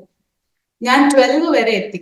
12 എന്ന് പറയുന്ന ഓൾമോസ്റ്റ് ക്ലോസ് ടു ഒരു കുറച്ചും കൂടി സിവിയർ സ്റ്റേജിലേക്കാണ്. പിന്നെ നമ്മൾ വേറെ വേറെ ICU അങ്ങനെയുള്ള സ്റ്റേജിലേക്ക് പോകും. സോ എന്റെ ബിലിറുബിൻ കൗണ്ട് 12 എത്തിക്കഴിഞ്ഞപ്പം എന്നോട് എന്നെ മെഡിസിൻ സാർ പറഞ്ഞു, why don't you go home, എന്തിനാ ഇവിടെ ഇരിക്കുന്നത്, വീട്ടിൽ പോയിക്കോ, ഇവിടെ ഇരുന്ന് ട്രീറ്റ്മെന്റ് ഒന്നും ചെയ്തിട്ട് കാര്യമില്ല എന്ന് പറഞ്ഞു. അപ്പം ഞാൻ പറഞ്ഞു, നോ, എനിക്ക് എക്സാം എഴുതണം. അപ്പൊ ആ വർഷം ഞങ്ങളുടെ ഒരു പ്രൊഫസറും കൂടിയാ പുള്ളി, മെഡിസിൻ പഠിപ്പിക്കുന്ന തേർഡ് ഇയർ. അപ്പോ ഞാൻ പറഞ്ഞു എനിക്ക് എക്സാം എഴുതണം. അപ്പൊ പുള്ളി പറഞ്ഞു, നോബഡി ഇല്ല, അല്ലാതെ യു ദർ, ബിക്കോസ് ഞാൻ ഫുൾ മഞ്ഞ കളറിലിരിക്കും. അപ്പം ഞാൻ എന്നിട്ട് ഈ നോഡ്യൂസിന്റെ ഡേറ്റ് കഴിഞ്ഞു. അഡ്മിനിന്ന് നമുക്ക് നമ്മളെ എല്ലാം അവിടെ അനൗൺസ്മെന്റ് വന്നു, ഇനി ആരും നോഡ്യൂസ് ക്ലിയർ ചെയ്യാൻ വരണ്ട, ഈ വർഷത്തെ ഡേറ്റ് എല്ലാം കഴിഞ്ഞു. കർണാടക യൂണിവേഴ്സിറ്റി ക്ലോസ് ചെയ്ത് കഴിഞ്ഞു ഡേറ്റ് എന്ന് പറഞ്ഞു. അപ്പൊ പിറ്റേ ദിവസം ഞാൻ മമ്മീനെ അടിയും വിളിച്ചു പറഞ്ഞു, മമ്മി എനിക്കൊരു 40,000 കൂടെ ആവശ്യമുണ്ട്, അതും കൂടി പേ ചെയ്ത് കഴിഞ്ഞാൽ ചിലപ്പോൾ അവരെന്നെ സമ്മതിക്കുമായിരിക്കും. അപ്പോഴും മമ്മി പറഞ്ഞു നടക്കും എന്ന് പറഞ്ഞു. അവർ ഇന്ത്യയിൽ പോലും ഇല്ല ആ സമയത്ത്. അപ്പം അങ്ങനെ നെക്സ്റ്റ് ഡേ ആയപ്പോൾ എന്റെ ഫ്രണ്ട്സ് ഒത്തിരി എന്നെ ഹെൽപ്പ് ചെയ്തിട്ടുണ്ട്. അവരെല്ലാവരും കൂടെ എന്തൊക്കെയോ ചെയ്ത്, മീൻസ് ഈ പേയ്മെന്റ് തന്നെ. പക്ഷെ അന്നൊക്കെ നമുക്ക് ഈ ബാങ്ക് അക്കൗണ്ട് ട്രാൻസ്ഫർ ഒന്നും ഇല്ല, വെസ്റ്റേൺ യൂണിയൻ അങ്ങനെയൊക്കെ. അങ്ങനെ അതെല്ലാം കൂടെ കളക്ട് ചെയ്ത് അത് വന്ന് ഡിലേ ആയി. അങ്ങനെ ഞാൻ ഓഫീസിൽ ചെന്നപ്പം അവര് ചോദിച്ചു, അവർക്ക് നമ്മളോട് അങ്ങനത്തെ ഒരു ആറ്റിറ്റ്യൂഡാ. പിന്നെ എന്തുവാ അങ്ങനത്തെ ഒരു ആറ്റിറ്റ്യൂഡാ. നമ്മൾ ആ ഓഫീസ് എൻട്രി പോകുമ്പോഴേ അങ്ങ് പടപടപ്പോടെയാ പോകുന്നത്. അപ്പൊ നമ്മൾ ചെന്ന് കഴിഞ്ഞ ഉടനെ അവിടെ നിന്ന് പറഞ്ഞു, യു ആർ സോ ലക്കി എന്ന് പറഞ്ഞു. അപ്പൊ ഞാൻ വിചാരിച്ചു, എന്നോട് ഇങ്ങനെ എപ്പോഴും നെഗറ്റീവായിട്ട് റിയാക്ട് ചെയ്യുന്ന ഒരാൾക്കാർ എന്തിനാ, അതിന് അവരങ്ങോട്ടും ഇങ്ങോട്ടും നോക്കി ചിരിച്ചു. അപ്പൊ ഞാൻ വിചാരിച്ചു ഇവരെന്താ ഇങ്ങനെ വീണ്ടും നമ്മളെ കളിയാക്കുമായിരിക്കും. അപ്പൊ എന്നോട് പറഞ്ഞു, എന്താണെന്നറിയത്തില്ല, ഇതുവരെ ഹിസ്റ്ററിയിൽ ഇങ്ങനെ നടന്നിട്ടില്ല, പക്ഷെ യൂണിവേഴ്സിറ്റിയുടെ നോഡ്യൂസ് ഡേറ്റ് ഇന്നത്തേക്ക് മാറ്റി വെച്ചു, ഇന്നും കൂടെ നോഡ്യൂസ് സർട്ടിഫിക്കറ്റ് സബ്മിറ്റ് ചെയ്യാൻ പറ്റുമോ. So I was only person that day standing on the line and submitting the no dues. അന്ന് ഞാൻ കരഞ്ഞുകൊണ്ട് ആ സർട്ടിഫിക്കറ്റ് അവിടെ സബ്മിറ്റ് ചെയ്തത്. ബിക്കോസ് ദൈവം ഓരോ ദിവസവും നമ്മളോട് പ്രൂവ് ചെയ്തുകൊണ്ടിരിക്കുക. ദൈവത്തിന് ഒരു യൂണിവേഴ്സിറ്റിയുടെ സർട്ടിഫിക്കേഷൻ ഡേറ്റ് മാറ്റി വെക്കുക എന്ന് പറയുന്നത്. അപ്പൊ ഞാൻ അന്ന് വിചാരിച്ചു, ദൈവത്തിന് വിചാരിച്ചാൽ നമ്മൾ വിചാരിക്കുന്നതിനേക്കാളൊക്കെ അപ്പുറമാണ്. ബിക്കോസ് അതൊന്നും ആർക്കും ഇല്ല. അവര് തന്നെ പറയുന്നുണ്ട് ഇതൊരു ഭയങ്കര അവരുടെ കൺട്രോൾ അല്ലായിരുന്നു. അങ്ങനെ ഞാൻ സർട്ടിഫിക്കറ്റ് സബ്മിറ്റ് ചെയ്ത് അപ്പോഴും എന്റെ ഡൗട്ട് എന്നെ എക്സാമിനേഷൻ ഹോളിൽ കേട്ടു. അങ്ങനെ ഞാൻ നെക്സ്റ്റ് ഡേ എക്സാമിന് പോകുന്ന വഴി സർ എന്നെ കണ്ടിട്ട് പുള്ളി അവിടെ ഉണ്ട്, എന്തോ അവിടെ നടക്കുക കോളേജിൽ, ഹോസ്പിറ്റലാണ്. പുള്ളി എന്നെ കണ്ടു. പുള്ളിയുടെ കൂടെ ഉള്ള സ്റ്റാഫിനോട് ഈ കൊച്ചിന് ജോർണലിസ്റ്റ് ആയിരുന്നു, ഇന്നലെ അവിടെ ഹോസ്പിറ്റൽ OPD-യിലായിരുന്നു എന്ന് പറഞ്ഞു, കാഷ്വാലിറ്റിയിലാണ്. അവർ പറയുന്നത് നമുക്ക് കേൾക്കാം. ഞാൻ എക്സാം എഴുതി തിരിച്ചു വന്നു. അങ്ങനെ തേർഡ് ഇയർ ഞാൻ ഫിനിഷ് ചെയ്തു. ടൈം ഒത്തിരി സ്പീഡിൽ പോകുന്നതാണ്, ഞാൻ വേഗം തീർക്കാം. അങ്ങനെ ഞാൻ ഫോർത്ത് ഇയറിൽ ഞാൻ വിചാരിച്ചു, ഓക്കെ ഇതാണ് എന്റെ ലൈഫിൽ ഏറ്റവും ഒരു ദൈവം അത്ഭുതം പ്രവർത്തിച്ചു. എന്റെ പ്രാർത്ഥന ദൈവം കേൾക്കുകയും ചെയ്തു. പക്ഷെ ഇതിൽ കൂടുതൽ എന്തോ ഞാൻ ഇൻസൾട്ട് ഒക്കെ സഹിക്കാനാണ്. അങ്ങനെ ഞാൻ വിചാരിച്ചിരിക്കുമ്പോൾ ഫോർത്ത് ഇയർ ആയപ്പോൾ നമ്മൾ മെയിൻ ഇയർ നമ്മൾ ഏറ്റവും കൂടുതൽ സബ്ജക്ട്സ് എക്സാം എഴുതുന്നതൊക്കെ ഫോർത്ത് ഇയർ പകുതി ആവുമ്പോൾ അവർ നമ്മളെ വീണ്ടും ഇതൊരു ഹോണ്ടിങ് ആണ് നമുക്ക്. ഐ മീൻ ആ സമയമാകുമ്പോൾ എല്ലാവരും പേയ്മെന്റ് എല്ലാം ഫിനിഷ് ചെയ്യണം. ഫോർത്ത് ഇയറിലും എഗെയിൻ ദ സെയിം തിങ്. അങ്ങനെ എന്റെ ഫുൾ അറ്റൻഡൻസ് ലിസ്റ്റിൽ ഇവർ എന്തോ ചെയ്യാൻ തുടങ്ങി, എന്ന് തന്നെ എഴുതാൻ തുടങ്ങി. അങ്ങനെ ഞാൻ എല്ലാ ക്ലാസ് അറ്റൻഡ് ചെയ്ത് കഴിഞ്ഞപ്പോഴും ഫോർത്ത് ഇയറിന്റെ നോഡ്യൂസിന് ഞാൻ എല്ലാ ഡിപ്പാർട്ട്മെന്റിൽ നിന്നും നോഡ്യൂ വാങ്ങിച്ചെങ്കിലും ഈ മാനേജ്മെന്റ് എന്നെ ക്ലിയർ ചെയ്തില്ല. അവർ പറഞ്ഞു go and meet the principal. എന്തിനാന്ന് ചോദിച്ചാൽ നിങ്ങൾക്ക് അറ്റൻഡൻസ് 65% ഇല്ല, പക്ഷെ ഞാൻ 100% എന്റെ അറ്റൻഡൻസ്. പക്ഷെ അവരെല്ലാവർക്കും എന്ന് മാർക്ക് ചെയ്തതുകൊണ്ട് അത് 65% ഇല്ല, ഏതോ 63 എങ്ങാണ്ട് കാണിക്കുന്നു. അങ്ങനെ ഞാൻ കോളേജിന്റെ പ്രിൻസിപ്പൽ റൂമിന്റെ ഫ്രണ്ടിൽ നിൽക്കുമ്പോൾ ഈ ഭയങ്കര നോട്ടി ആയിട്ടുള്ള പിള്ളേര്, ലൈക്ക് അവരെ കോളേജ് പാസ്സാക്കാൻ താല്പര്യമില്ലാത്ത ഭയങ്കര റൗഡീസ് ആയിട്ടുള്ള ബോയ്സ് അവിടെ നിൽക്കുന്നത്. അവരുടെ കൂട്ടത്തില് ഒരേ ഒരു പെൺകുട്ടി ഞാനാ. എന്ന് പറഞ്ഞാൽ ഞാൻ അപ്പം വിചാരിച്ചു ഇങ്ങനെ ഒരു അവസ്ഥ എനിക്ക്, ബിക്കോസ് നമ്മൾ അങ്ങനെയൊന്നും ഒരു വേണ്ടാത്ത കാര്യത്തിനൊന്നും നമ്മൾ പോകുന്നില്ല. അപ്പൊ അതുവഴി പോകുന്ന സ്റ്റാഫ് ആണെങ്കിലും ഒക്കെ എന്നെ ഇങ്ങനെ ശ്രദ്ധിക്കുന്നുണ്ട്. ഈ കൊച്ചെന്തിനാ ഈ റൗഡി പിള്ളേരുടെ കൂടെ നിൽക്കുന്നേ, അവിടെ നിൽക്കുക ഞാൻ, എനിക്ക് ഈ നോട്ടീസ് ഒന്ന് അകത്ത് കാണിക്കാം. അങ്ങനെ ഞാൻ വിചാരിച്ചു എന്നെ തന്നെ കയറ്റി വിടുമായിരിക്കും, പക്ഷെ ഇല്ല. അകത്ത് ചെന്നോണ്ട് എല്ലാ HODസും ഉണ്ട്, പ്രിൻസിപ്പളുണ്ട്. അപ്പൊ പ്രിൻസിപ്പള് കേറിയതും എല്ലാവരോടും ഒന്ന് ഷൗട്ട് ചെയ്യാൻ തുടങ്ങി. ബിക്കോസ് എല്ലാം ഇങ്ങനത്തെ പിള്ളേരായതുകൊണ്ട് അവരങ്ങ് കേസ് ചെയ്യാൻ തുടങ്ങി. നിങ്ങൾ ഇങ്ങനെ ആയതുകൊണ്ടാണ് നിങ്ങൾക്ക് നിങ്ങളുടെ പേരൻസിനെ കുറിച്ച് ചിന്തയുണ്ടോ, അങ്ങനെ ഇങ്ങനെ കുറെ പറഞ്ഞു. അത്രയും പറഞ്ഞു കഴിഞ്ഞപ്പോ ഒരു പ്രൊഫസർ അവിടെ ഇരുന്നോണ്ട് പറഞ്ഞു ഈ കൊച്ചാ കൂട്ടത്തിലുള്ളതല്ല എന്നോ. അപ്പൊ പുള്ളിക്കാരി ചോദിച്ചു എന്തിനാ പിന്നെ ഇവിടെ വന്ന് നിൽക്കുന്നത്, പിന്നെ എന്തുകൊണ്ട്. അപ്പത്തെ എന്നോട് ചോദിച്ചു പിന്നെ എന്തോ അസുഖമായിരുന്നോണ്ടാണ് ക്ലാസ്സിൽ കയറുന്നത്. അപ്പൊ ആ സർ അവിടെ ഇരുന്നോണ്ട് പറഞ്ഞു എന്തുവാ ഈ കുട്ടി ക്ലാസ്സിൽ കയറിയിട്ടുണ്ട്, ഇതായിരുന്നു അതിന്റെ സിറ്റുവേഷൻ. ബിക്കോസ് ആ ഒരു സിറ്റുവേഷനിൽ അത്ര വലിയൊരു കോളേജിന്റെ ഒരു പ്രിൻസിപ്പൾ അങ്ങനെ പറയുമ്പോൾ നമുക്ക് പറയാനും വരത്തില്ല. അപ്പൊ ഞാൻ അങ്ങനെ ഒരു ദൈവപ്രവൃത്തി കണ്ടെന്ന് വെച്ചാൽ ദൈവം ആ പുള്ളിയെ കൊണ്ട് പറയിപ്പിച്ചത് കൊണ്ട് പിന്നെ എനിക്ക് ആ പറയാനുള്ള ഒരു പാത്വേ കിട്ടി. അങ്ങനെ ഞാൻ എന്റെ ഫോർത്ത് ഇയറും ഫിനിഷ് ചെയ്ത് ഞാൻ ഇന്റർ പറയുമ്പോൾ ഞാൻ വേറൊരു ഇത്തിരി ഇമ്പോർട്ടൻ്റ് ആയിട്ടുള്ള ഒരു കാര്യം ഞാൻ ആ സമയത്ത് ഞാൻ പഠിച്ചത് എന്തുവാന്ന് ചോദിച്ചാൽ, ഞങ്ങൾക്ക് മന്ത്ലി ഹോസ്റ്റൽ ഫീസ് ഒക്കെ അടച്ചു കഴിയുന്നത് ഞാൻ അവിടെ ഒരു ഏജ് ചർച്ചിൽ പോയിക്കൊണ്ടിരുന്നത്. പക്ഷെ ഞാൻ അവിടെ ഒത്തിരി വിശ്വാസി പിള്ളേരെ കണ്ടിട്ടുണ്ട്. അവർ വരും, അവിടെ വന്നു കഴിയുമ്പോൾ അവർക്ക് അതൊക്കെ മറക്കും അവര് വിശ്വാസികളാണെന്ന്. ബിക്കോസ് അവിടെ പാരന്റ്സിന്റെ ഒരു മെന്ററിങ്ങോ ഒരു ഓവർലുക്കിങ്ങോ ഒന്നും ഇല്ല. എങ്ങനെ വേണേലും ആർക്ക് നടക്കാം അവിടെ, ബിക്കോസ് അതൊരു ഫുൾ ക്യാമ്പസ് ആണ്. അപ്പം ഞാൻ ഈ ചേർച്ചിൽ പോണെങ്കിൽ ഒരു 3.5-4 കിലോമീറ്റർ ഉണ്ട്. അപ്പം ഞാനിത് പറയുന്ന ഇപ്പം ഇത് കേട്ടോണ്ടിരിക്കുന്ന യങ്സ്റ്റേഴ്സ് ആയിട്ടുള്ള പിള്ളേരുടെ അവർക്കൊരു ഒരു പ്രോബ്ലി ഹെൽപ്പ് ചെയ്യുവാണെങ്കിൽ ആ ഹോൾ ഇയർ ഇത്രയും പ്രോബ്ലംസ് ഇങ്ങനെയുള്ള കാര്യങ്ങൾ ഫേസ് ചെയ്തിട്ടുണ്ടെങ്കിൽ പോലും ഞാൻ ഒരു സൺഡേ പോലും ഞാൻ മിസ് ചെയ്തിട്ടില്ല. ഞാൻ ചർച്ചിൽ പോകുന്നത് എനിക്ക് ഒരു ഓട്ടോ പിടിച്ച് പോകാൻ പറ്റാത്ത ഒരു സിറ്റുവേഷൻ ആണെങ്കിൽ പോലും 8 മണിക്ക് ചേർച്ച് ഉണ്ടെങ്കിൽ ഞാൻ 7:30 ഇറങ്ങി നടക്കാൻ തുടങ്ങും. എനിക്ക് പൊതുവെ ഭയങ്കര പേടിയാ, പട്ടിയെ ഭയങ്കര പേടിയാ. ഇപ്പോഴും എനിക്ക് പേടിയാ, പട്ടിയുള്ള റോഡിൽ കൂടെ ഞാൻ നടക്കത്തില്ല. സോ ഞാൻ ഒരു ഷോർട്ടസ്റ്റ് റൂട്ട് എന്ന് പറയുന്നത് ഈ 3 കിലോമീറ്റർ നടക്കാനുള്ള റൂട്ടിൽ നിറയെ പട്ടികൾ, നിറയെ ഡോഗ്സ് ഉണ്ട്, സ്ട്രീറ്റ് ഡോഗ്സ് ഉണ്ട്. അതിന് ഞാൻ എന്ത് ചെയ്യും, ഞാൻ ചുറ്റി നടന്ന് ഉച്ചയ്ക്ക് പോകും. ഐ മീൻ ആ ഉച്ചയ്ക്കും രാവിലെയും ഞാൻ നടന്നാ പോകുന്നത്. അത് എന്തിനാന്ന് ചോദിച്ചാൽ എന്റെ കയ്യിലുള്ള ഈ 10 രൂപ ഓഫറിങ് ഇടാനാണ് ഞാൻ. ബിക്കോസ് അന്നൊക്കെ ഓട്ടോയ്ക്ക് 20 റുപ്പീസ് ഒക്കെ ഉള്ളൂ. ഞാൻ ഇത് സൂക്ഷിച്ചു വെക്കും, ഈ 50 റുപ്പീസ് 5 ആഴ്ച ഓഫറിങ് ഇടണം എനിക്ക്. അപ്പൊ ഞാൻ എന്തും ഈ യങ് ആയിട്ടുള്ള പിള്ളേരോട് പറയാൻ ആഗ്രഹിക്കുന്നത് വെച്ചാൽ നമ്മൾ എന്തൊക്കെ സിറ്റുവേഷനിൽ കൂടി പോയാലും നമ്മൾ ദൈവത്തെ വിടാൻ പാടില്ല. ദൈവത്തിന്റെ കാര്യങ്ങൾ നമ്മളോട് കൂടെ ഉണ്ടെന്നുള്ള ഒരു ഓവർ കോൺഫിഡൻസിൽ ഇരുന്നെങ്കിൽ പോലും നമ്മൾ ആ ദൈവത്തെ മുറുകെ പിടിച്ചാൽ നമുക്ക് ഇതൊക്കെ ഓവർകം ചെയ്യാൻ പറ്റും. നമ്മുടെ സാഹചര്യങ്ങളെ നമ്മൾ അതൊന്നും മിസ് ചെയ്യാതെ ദൈവത്തിനെ കൂടുതൽ എന്താ പറയുന്നേ, കുറെ കൂടെ നമ്മൾ ഇങ്ങനെയുള്ള സാഹചര്യങ്ങളിൽ നമ്മൾ ദൈവത്തെ പഠിക്കും.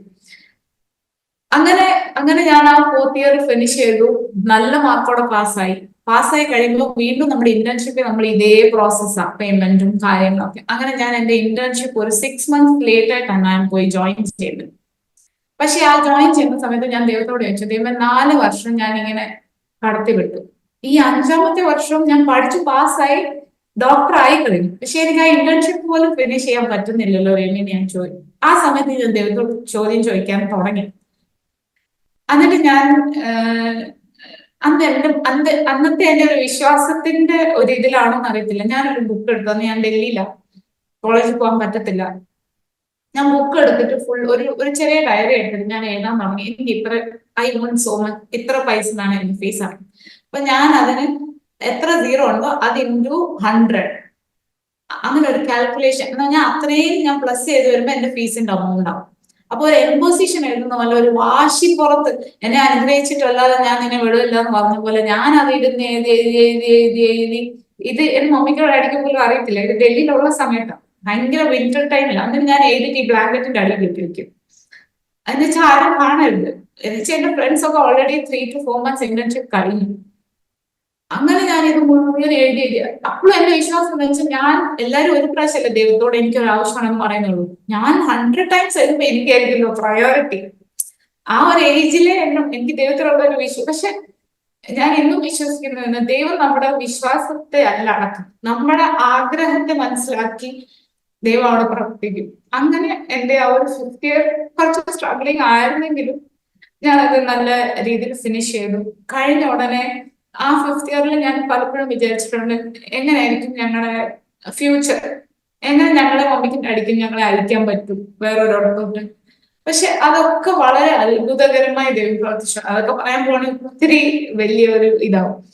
പക്ഷെ ഇതൊക്കെ പറയുമ്പോഴും ആ സമയത്തൊക്കെ എന്നെ ദൈവം പിടിച്ചു നിർത്തിയ 1-2 വാക്യങ്ങളും, അതേപോലെ ഒരു പാട്ടുമുണ്ട്. അത് ഞാൻ അതിന്റെ ഒരു 2 വരി പാടാൻ, അതെനിക്ക് പാടാതിരിക്കാൻ പറ്റത്തില്ല. അതുകൊണ്ട് ആ 2 വരി പാടാം. അതിന് മുമ്പ് ഒരു വാക്യം, ജെറമയ 17:7, യഹോവയിൽ ആശ്രയിക്കുകയും യഹോവ തന്നെ ആശ്രയമായിരിക്കുകയും ചെയ്യുന്ന മനുഷ്യൻ ഭാഗ്യവാൻ. ഇന്ന് മോളൊരു പാട്ട് പാടി. ആ പാട്ടിൽ ഇത് തന്നെയായിരുന്നു ആക്ച്വലി പറഞ്ഞത്. ദൈവത്തിൽ ആശ്രയിക്കുന്നതിനേക്കാൾ നമുക്ക് കൂടുതലായിട്ട് ഒന്നുമില്ല. നമ്മൾ കണ്ണും മൂടി അങ്ങ്, ഞാൻ ആ എംബോസിഷൻ എഴുതിയ കാര്യം ഞാൻ പറയാൻ കാരണം വെച്ചാൽ, ഞാൻ അത്ര ബ്ലൈൻഡ് ആയിട്ടാണ്. എനിക്കറിയാം മമ്മിയുടെ നടുവിൽ എടുത്ത് കൈ നീട്ടിട്ട് ഒരു കാര്യം, ബിക്കോസ് അവരെ കൊണ്ട് പറ്റുന്നതിനെ കൂടുതൽ അവർ നമുക്ക് വേണ്ടി ചെയ്യുന്നുണ്ട്. അപ്പൊ ഈ നമ്മൾ ഇൻഡിപെൻഡന്റ് ഇൻ ക്രൈസ്റ്റ്, നമ്മൾ ദൈവത്തിനോട് നമുക്ക് ഇൻഡിപെൻഡന്റ് ആയിട്ട് ഒരു കണക്ഷൻ വേണം. പൊതുവെ നമ്മുടെ മക്കളൊക്കെ എങ്ങനെയാന്ന് ചോദിച്ചാൽ, വന്നിട്ട് മമ്മി എനിക്കൊരു പ്രശ്നമുണ്ട് എനിക്ക് വേണ്ടി പ്രാർത്ഥിക്കണം, ഡാഡി എനിക്കൊരു പ്രശ്നമുണ്ട് എനിക്ക് വേണ്ടി പ്രാർത്ഥിക്കണം. അങ്ങനെയല്ല. നമ്മുടെ ദൈവത്തോട് നമ്മുടേതായ ഒരു ബന്ധം ദൈവത്തോട് നമ്മൾ പുലർത്തണം. എന്നാലേ നമുക്ക് ഈ കാലഘട്ടത്തിൽ പിടിച്ചു നിൽക്കാൻ പറ്റത്തുള്ളൂ എന്ന് എന്നെ ഈ ഒരു 5 വർഷത്തിൽ പഠിപ്പിച്ച കാര്യം. അതല്ലാതെ എന്നെ വളരെ പല സമയത്തും പിടിച്ചു നിർത്തി. ഇതിനൊക്കെ ശേഷം എന്നെ ഒരു വളരെ ധൈര്യപ്പെടുത്തിയ ഒരു വാക്യം, പ്രൊവേർബ്സ് 3:5-6 and 7 and 8, പൂർണ്ണ ഹൃദയത്തോടെ യഹോവയിൽ ആശ്രയിക്കുക, സ്വന്തം വിവേകത്തിൽ ഊന്നരുത്. നമ്മുടെയൊക്കെ ഒരു പ്രോബ്ലം അതാണ്, നമ്മൾ ഭയങ്കരമായിട്ട് വിശ്വസിക്കും. പക്ഷെ ഞാൻ ഇപ്പം എന്നോട് ആ 100 പ്രാവശ്യം പൊസിഷൻ എഴുതാൻ പറഞ്ഞാൽ ഞാൻ എന്റെ സ്വന്തം വിവേകത്തിൽ വിചാരിക്കും, ഇതൊക്കെ എഴുതിയിട്ട് എന്ത് കാര്യം, ദൈവം എന്റെ പ്രാർത്ഥന കേൾക്കുന്നുണ്ടല്ലോ എന്ന് ഞാൻ വിചാരിക്കും. പക്ഷെ അങ്ങനല്ല. ദൈവം പറയുന്നത് നമ്മൾ നമ്മുടെ ബ്രെയിൻ യൂസ് ചെയ്യുകയേ വേണ്ട. ദൈവത്തിൽ അങ്ങ് കൊടുത്തെങ്കിൽ നമ്മൾ എല്ലാം അങ്ങ് ദൈവത്തിൽ കൊടുത്തേക്കണം. ദൈവം പ്ലാൻ ചെയ്തോളൂ. അതേപോലെ നിന്റെ എല്ലാ വഴികളിലും അവനെ നനച്ചുകൊള്ളുക, അവൻ നിന്റെ പാതകളെ നേരെയാക്കും. നിനക്ക് തന്നെ നീ ജ്ഞാനിയായി തോന്നരുത്, യഹോവയെ ഭയപ്പെട്ട് ദോഷം വിട്ടുമാറുക. നമ്മൾ ഈ ഒരു യങ് ഏജിലായിരിക്കുമ്പം, അല്ലെന്നുണ്ടെങ്കിൽ നമ്മുടെ ഒരു കോളേജ് ലൈഫിലോ, അല്ലെന്നുണ്ടെങ്കിൽ നമ്മുടെ ഒരു ബിഫോർ മാരേജ്, അല്ലെന്നുണ്ടെങ്കിൽ നമ്മളൊരു ഇൻഡിപെൻഡന്റ് ആയിട്ട് നമുക്ക് എന്ത് ഡിസിഷനും എടുക്കാൻ പറ്റുമെന്ന് തിങ്ക് ചെയ്യുന്ന ഒരു ഏജില് നമ്മൾ എപ്പോഴും വിചാരിക്കേണ്ട ഒരു കാര്യം, നമ്മുടെ ദൈവത്തിനെ ഡിപ്പെൻഡ് ചെയ്യാതെ നമുക്ക് ചിലപ്പോൾ നമ്മുടെ പാരന്റ്സിനെ എതിർക്കാൻ പറ്റുമായിരിക്കും, അല്ല നമ്മുടെ ഫ്രണ്ട്സിനെ, അല്ല നമ്മുടെ സിബ്ലിങ്സിനോട് എന്തെങ്കിലും ഹൈഡ് ചെയ്യാൻ പറ്റുമായിരിക്കും. പക്ഷെ നമ്മുടെ ദൈവത്തിന് ദൈവത്തിന്റെ മുമ്പിൽ ഒന്നും മറവല്ല. സോ നമ്മൾ എപ്പോഴും വിചാരിക്കേണ്ട കാര്യം, നമ്മൾ തന്നെ നമ്മളെ ഭയങ്കര ജ്ഞാനിയായെന്ന് നമ്മൾ വിചാരിക്കും. നമ്മൾ പഠിച്ചു കഴിയുമ്പോൾ, അല്ലെങ്കിൽ നമ്മൾ ഒരു എഞ്ചിനീയർ ആയി കഴിയുമ്പോൾ നമ്മൾ എന്നെ കൊണ്ടെല്ലാം പറ്റും, മറ്റുള്ളവരെക്കാളും ഞാനൊരു പടി മുമ്പില്ല. അങ്ങനല്ല. ദൈവസന്നിധിയിൽ എല്ലാവരും ഒരുപോലെ ഉള്ളൂ. ദൈവത്തിന്റെ മക്കളെല്ലാം ദൈവത്തിന് ഒരുപോലെ. അതുകൊണ്ട് ഞാൻ കൂടുതൽ പഠിച്ചുകൊണ്ട് എന്റെ കഴിവിനെ എനിക്ക് ഇങ്ങനെ ചെയ്യാൻ പറ്റും. ഈ ജ്ഞാനെന്നുള്ള അത് നമ്മൾ ഈ കാലഘട്ടങ്ങളിൽ നമ്മൾ ആത്മീക കുളത്തിൽ പോലും കാണുന്ന ഒരു കാര്യമാണ് ആത്മീക നിഗളം. നമ്മൾ വിചാരം നമ്മൾ 2 പാട്ട് പാടി, നമ്മൾ 2 പ്രാർത്ഥിച്ചു കഴിഞ്ഞാൽ എല്ലാം കൊണ്ട് നമ്മൾ ഫുൾഫിൽ ആയി. അങ്ങനല്ല. നമ്മൾ നമ്മുടെ ജ്ഞാനത്തിലോ നമ്മുടെ ഇതിലോ നമ്മൾ ഒരിക്കലും ഡിപ്പെൻഡ് ചെയ്യാൻ പാടില്ല. നമ്മൾ ദൈവത്തിനെ ഭയപ്പെട്ട് ദോഷം വിട്ടകന്ന് വിശുദ്ധിയോടെ വേർപാടോടെ ജീവിച്ചാൽ നമുക്ക് നമ്മുടെ നിത്യതയിൽ എത്തിച്ചേരാൻ പറ്റും. ഞാൻ ആ 2 വരി പാട്ട് മാത്രം പാടി നിർത്താണല്ലേ.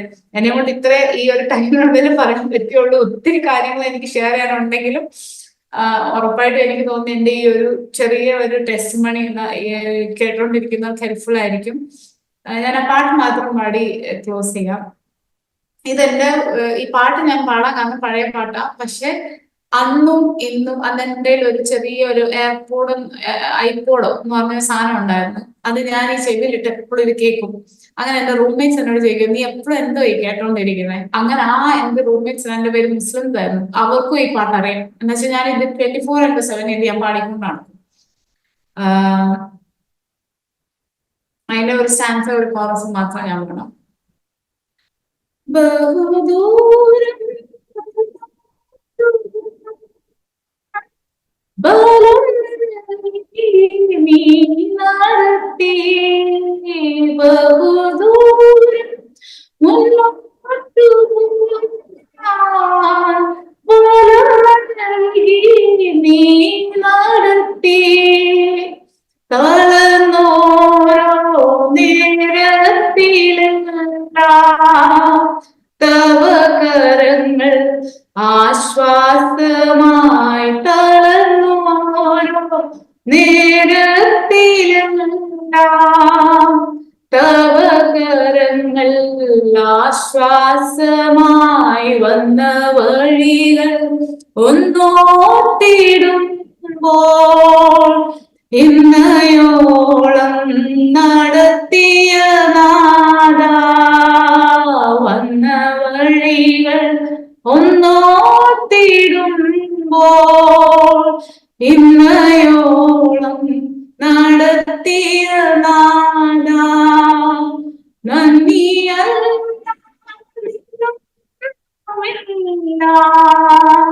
എന്നും കരുതലിൽ വഹിച്ചവനെ നന്ദിയല്ല എന്നും കരുതലിൽ വഹിച്ചവനെ വന്ന വഴികൾ ഒന്നോർത്തിടുമ്പോ.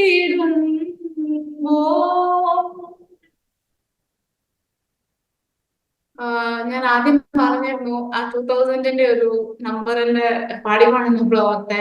സോ ഇതൊരു മറ്റുള്ളവർക്ക് ഒരു പ്രചോദനമാവാൻ വേണ്ടി ഞാൻ പറയുക. ഞാൻ ഈ 5 വർഷം പഠിച്ചിറങ്ങിയപ്പോ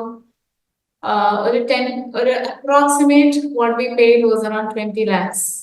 സോ ഈ 2000-ന്റെ കൂടെ ഇത്രയും സീറോ ചേർക്കണം. എന്റെ ദൈവം അന്ന് ഞങ്ങൾ ആ മരത്തിന്റെ അടിയിൽ നിന്നപ്പോ എന്റെ കർത്താവ് പ്ലാനിൽ ഇട്ടതാ. പക്ഷെ ഞാൻ ഈ ഒരു മൊമെന്റിൽ ഞാൻ പറയുന്നത് ആ സീറോ ചേർത്തത് ഞങ്ങളല്ല. അത് ഞങ്ങളെ കൊണ്ട് അന്ന് ഒരിക്കലും പറ്റും. ഇന്ന് ഞങ്ങളെ ദൈവം വളരെ വളരെ നല്ല രീതിയിൽ ഞങ്ങളൊക്കെ ആയിരിക്കുന്നെങ്കിലും ഇതൊരു സാക്ഷ്യമായിട്ട് പറയണം. എന്റെ കർത്താവ് ഇത് ഞങ്ങളെ ഈ ഒരു വഴി കൂടി കടത്തി വിടണമെന്നോ എന്നെ പേഴ്സണലി ഈ ഒരു വഴി കൂടെ കടത്തി വിടണമെന്ന് ദൈവത്തിന്റെ ഒരു ഉദ്ദേശം ഉണ്ടായിരുന്നത് കൊണ്ടും അങ്ങനെ ദൈവം മോൾഡ് ചെയ്തെടുത്തത് കൊണ്ടും ഇന്ന് ഞാൻ പലപ്പോഴും പറയാറുണ്ട്, ഐ എം നോട്ട് മെറ്റീരിയലിസ്റ്റിക്. എനിക്ക് ഒരു സാധനം കണ്ടാ എനിക്ക് അതിനോടൊരു ഇതോ ഒന്നും തോന്നാറില്ല. പക്ഷെ ഇതൊക്കെ ദൈവത്തിന്റെ പ്ലാനാണ്. നമ്മൾ ആ സമയത്ത് ഹോസ്റ്റലിലാണെന്നെങ്കിലും പല സാഹചര്യങ്ങളും നമുക്ക് മറ്റുള്ളവർക്കുള്ളത് നമുക്കില്ലെങ്കിൽ ദൈവം പഠിപ്പിച്ചൊരവസ്ഥ. അല്ലെന്നുണ്ടെങ്കിൽ ഇപ്പം നമ്മളായിരിക്കുന്ന അവസ്ഥയിൽ നമ്മൾ പല കാര്യങ്ങളും കാണുമ്പോൾ നമ്മൾ അങ്ങോട്ട് വഴുതി പോകാൻ ചാൻസ് ഉണ്ട്. പക്ഷെ ഈ അനുഭവങ്ങൾ നമ്മളെ ഇങ്ങനെ ഞാനിപ്പോ പാടിയതുപോലെ ഇത്രയും ദൂരം ദൈവം കൊണ്ടുവന്നെന്നുണ്ടെങ്കിൽ അതൊരിക്കലും നമുക്ക് അതിൽ പറയാനോ പുകഴാനോ ഒന്നുമില്ല. ഞാൻ പറഞ്ഞ പോലെ ഒരു 3-4 സീറോ അതിന് ഫ്രണ്ടിൽ ഇട്ടിട്ടുണ്ട്. അത് ദൈവം ഇട്ടത്. അത് എവിടുന്ന് വന്നു എങ്ങനെ വന്നു ഒന്നും ഞങ്ങൾക്ക് അറിയില്ല. അതുകൊണ്ടാണ് ഞാൻ ആ നമ്പർ അപ്പം പറയാൻ കാരണം. So thank you so much for this time. എനിക്ക് തോന്നി ഇത് പലർക്കും ഒരു അനുഗ്രഹത്തിന് കാരണമാവട്ടെ എന്ന് ഞാൻ പ്രാർത്ഥിക്കുന്നു. അതേപോലെ ഇന്ന് ഞാൻ വർക്ക് ചെയ്യുന്നത് ഒരു സൗത്ത് ഇന്ത്യയുടെ ഒരു മാനേജറായിട്ടാണ്, കംപ്ലീറ്റ് സൗത്ത് ഇന്ത്യയുടെ. And I practice also. So ഞാൻ പറയാൻ കാരണം അത്രയും കഷ്ടപ്പെട്ട് ദൈവത്തിന്റെ സന്നിധിയിൽ നമ്മൾ വിശ്വസ്തയോടെ നിന്നിട്ടുണ്ടെങ്കിൽ നമ്മൾ ഇപ്പൊ പ്രഭുക്കന്മാരിരിക്കുന്നതിന്റെ കൂടെയാണ് നമ്മുടെ ദൈവം ആക്കിയിരിക്കുന്നത്. സോ ദൈവം പറഞ്ഞ വാഗ്ദത്തങ്ങളിലൊന്നും ഒരു മാറ്റവും ഇല്ല. അന്ന് ഞങ്ങൾ ഭക്ഷണത്തിനോ ഓരോ കാര്യത്തിനും ബുദ്ധിമുട്ടുന്നുണ്ടെങ്കിൽ ഇന്ന് നമ്മൾ താമസിക്കുന്നതൊക്കെ അങ്ങനെയുള്ള ഹോട്ടൽസിലും അങ്ങനെയുള്ള ആൾക്കാരുടെയും ഞാൻ എന്നും പറയാറുണ്ട്, എന്റെ ഫേവറേറ്റ് സ്റ്റേപ്പിൾ ഫുഡ് എന്നോ ഫേവറേറ്റ് ഫുഡ് എന്നോ പറയാം. അതെന്റെ എപ്പോഴും ഞാൻ പറയാറുണ്ട്, ബ്രെഡ് ആണ്. It is not very healthy. പക്ഷെ ഞങ്ങൾ കുഞ്ഞായിരുന്ന സമയത്ത് ഞാൻ പറഞ്ഞ പോലെ ഡാഡി ഈ ബണ്ണ് മുറിച്ചു വെക്കുന്നതും, നമ്മുടെ സ്കൂളിൽ ചെല്ലുമ്പോൾ നമ്മളോട് എപ്പോഴും എല്ലാവരും പിള്ളേർ ചോദിക്കാം, നിങ്ങളുടെ വീട്ടിൽ ബണ്ണിന്റെ മരം ഉണ്ടോ എന്ന് വെച്ചാൽ ഞങ്ങൾക്ക് ബണ്ണേ കൊണ്ടുപോകാനുള്ളൂ. ബണ്ണും ബ്രെഡും ഞങ്ങളുടെ കണ്ടിന്യൂസ് ആയിട്ടുള്ള, ഞങ്ങള് കടകളിൽ പോയിട്ട് ഈ 3 പീസ് ബ്രെഡ് ന്യൂസ് പേപ്പറിൽ പൊതിഞ്ഞൊക്കെ വാങ്ങിച്ചിട്ടുണ്ട്. പക്ഷെ ഇന്നും എന്നോട് എന്നും നിന്റെ ഫേവറേറ്റ് ഫുഡ് ചോദിച്ചാൽ ഞാൻ പറയാം ബ്രെഡാണ്. ഞാൻ അതാ പറഞ്ഞത്, ദൈവം ഒന്നും ഒരു കയ്പിന്റെ അനുഭവത്തിലേക്ക് മാറ്റിയിട്ടില്ല. നമ്മൾക്ക് പൊതുവെ ഇങ്ങനെ കഷ്ടമെന്ന് പറയും, ഓ അതൊക്കെ എന്റെ ലൈഫിലെ ഏറ്റവും ട്രോമറ്റൈസ് ആയിട്ടുള്ള, അങ്ങനല്ല. അത് ഞങ്ങൾക്ക് ഇന്നും വളരെ പ്രിയപ്പെട്ടത്. അങ്ങനെ പറയാനാണ് ഒത്തിരി കാര്യങ്ങൾ. So I just wanted to share that. ദൈവം അനുഗ്രഹിക്കട്ടെ. വളരെ ബ്ലസ്സഡ് ആയിട്ടുള്ള ലൈഫ് എക്സ്പീരിയൻസാണ് നമ്മൾ കേട്ടുകൊണ്ടിരുന്നത്. ദൈവം നടത്തിയ വഴികൾ ഓർത്താൽ അല്ലേ, നമ്മളറിയാത്ത വഴികളിൽ കർത്താവ് നമ്മെ നടത്തി. വിശ്വസ്തയോട് കർത്താവിന് വേണ്ടി നിൽക്കുന്നവർ അവരുടെ തലമുറകൾ ഒരിക്കലും ലജ്ജിച്ചു പോകേണ്ടി വരത്തില്ല. പ്രൊസസ് സമയം തീർന്നെന്നോർത്ത അനുഭവം കട്ട് ഷോട്ട് ചെയ്യേണ്ട കേട്ടോ. എന്തെങ്കിലും എന്താ പറഞ്ഞ, നമുക്ക് പറഞ്ഞില്ലെങ്കിൽ അത് നഷ്ടമായി തീരും, നമ്മുടെ കുഞ്ഞുങ്ങൾക്ക് നഷ്ടമായി തീരും എന്നുള്ള എന്തെങ്കിലും അനുഭവം മാറ്റി വെച്ചിട്ടുണ്ടെങ്കിൽ, മറക്കാനാവാത്ത അനുഭവം ഉണ്ടെങ്കിൽ, you can take 10-15 more minutes എന്തെങ്കിലും അങ്ങനെ.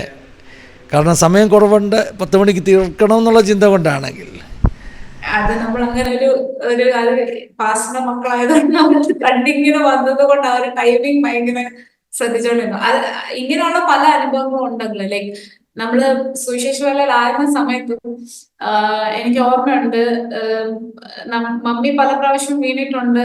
മമ്മി ആ സമയങ്ങളിലൊക്കെ മമ്മിക്ക് ഒന്നിന്റെ പുറകെ ഒന്നായിട്ട് ആക്സിഡൻസ് ആണ്.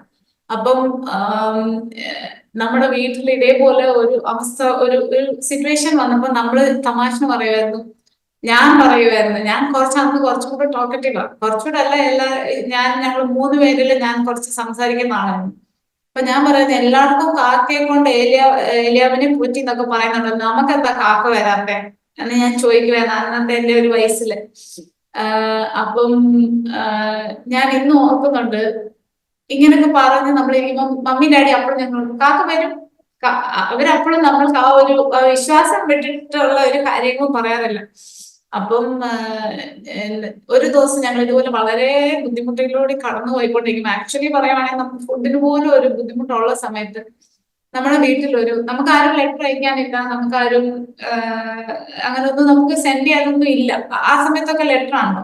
അപ്പൊ ഇതേപോലെ ഒരു ഇത് വരുന്നു, അതിനെന്തോ മണി ഓർഡർ, അന്ന് ഒരു മണി ഓർഡർ എന്ന് പറഞ്ഞ സാധനം വന്നു.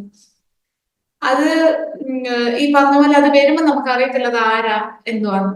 അന്ന് നമുക്ക് ആവശ്യം ഒരു 50 റുപ്പീസ് ഉണ്ടെങ്കിൽ നമ്മുടെ വീട്ടിൽ അരിയും വാങ്ങിക്കാം, കുറച്ച് പ്യാജാലും അങ്ങനെ കുറച്ച് ഒരു ബേസിക് നെസസറികളുള്ള കുറച്ച് സാധനങ്ങൾ വാങ്ങിക്കാം.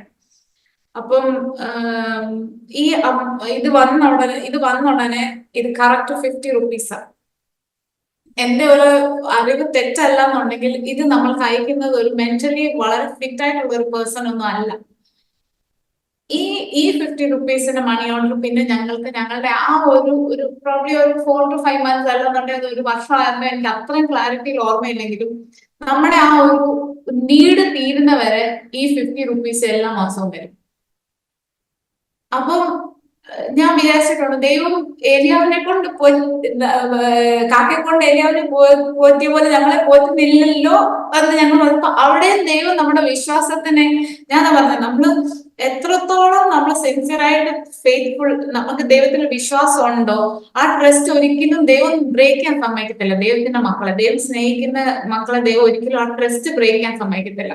നമ്മളതൊരു ഫണ്ടിന് പറഞ്ഞാണെങ്കിലും അത് അങ്ങനെ തന്നെ ദൈവം ചെയ്തു എന്ന് വെച്ചാൽ പിന്നെ അതുകൊണ്ട് എന്തുവാ ഇന്നും ഞാനത് പറയുന്നുണ്ട്, അത് ദൈവം ചെയ്തതാ.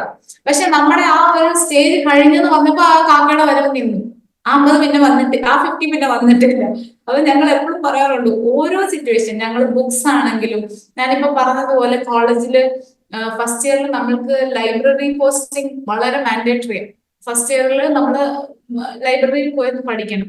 അപ്പൊ ഫസ്റ്റ് ഇയർ നമുക്ക് വലിയ പ്രശ്നമില്ലാതെ ഈ പറഞ്ഞ പോലെ ഞാൻ ഓവർ കഴിഞ്ഞെങ്കിലും ഈ തേർഡ് ഇയർ ഒക്കെ ആയപ്പോൾ നമ്മൾ മെഡിക്കൽ ബുക്സ് എന്ന് പറയുന്ന ഒരു ബുക്ക് വാങ്ങിക്കാൻ തന്നെ അറ്റ്ലീസ്റ്റ് 1700 1800 റുപ്പീസ് അന്ന്. ഇപ്പൊ ഇനിയും കോസ്റ്റ്ലി ആയിട്ടുണ്ടായിരിക്കും, പ്രോബ്ലി 12 ഇയേഴ്സ് ബാക്ക്. അപ്പം എന്റെ ഫ്രണ്ട്സ് ഒക്കെ വാങ്ങിക്കും. നമ്മൾ എക്സാം ടൈം ആകുമ്പോൾ അവരോട് ചോദിക്കാൻ പറ്റത്തില്ലല്ലോ, അവർക്കും പഠിക്കണ്ടേ. അപ്പൊ ഞാൻ എന്തോ ചെയ്യുന്ന വെച്ചാൽ ഞാൻ ഈ ലൈബ്രറി, നമുക്ക് കോളേജിലോ പോകുമ്പം പാത്തും പതുങ്ങിയൊക്കെ നമുക്ക് കോളേജിൽ പോയി ക്ലാസ് അറ്റൻഡ് ചെയ്യണേ. പക്ഷെ ഈവനിങ് ആകുമ്പോൾ ഞാൻ ഇതേപോലെ ബാക്കിലത്തെ അവർ ആ ഗേറ്റ് അടയ്ക്കും. ബിക്കോസ് രാത്രി ആകുമ്പോൾ ബാക്ക് ഗേറ്റ് ഓപ്പൺ അല്ല, ഫ്രണ്ടിൽ മാത്രം ഒരു ഗേറ്റ് ഓപ്പൺ ചെയ്യും. PGസിനൊക്കെ പോയി ലൈബ്രറി പഠിക്കും. അപ്പൊ ഞാൻ ഒരു 8 മണിയാകുമ്പോൾ ഇരുട്ടാവുമല്ലോ, അപ്പൊ ഞാൻ 10 മണി വരെ ലൈബ്രറി കാണും. അപ്പൊ ഞാൻ ഇരുട്ടായി കഴിയുമ്പോൾ കോളേജിൽ കൂടെ ഫ്രണ്ടിലൂടെ വന്നിട്ട് ലൈബ്രറി പോയിരുന്നിട്ട്, അപ്പൊ ഈ ലൈബ്രറിയൻ എന്നോട്, അവർക്കോ ഇത് ഈ നോട്ടീസ് ബോർഡിൽ ഉള്ളതുകൊണ്ട് എല്ലാവർക്കും അറിയാം.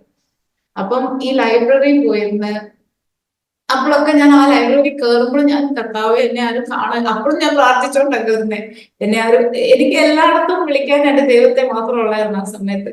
ബിക്കോസ് ആ സമയത്ത് നമ്മൾക്ക് വേറെ ആരെയും വിളിക്കാനില്ല. ആ സമയത്ത് ദൈവം പ്രവർത്തിച്ചെങ്കിലും ഉള്ളു.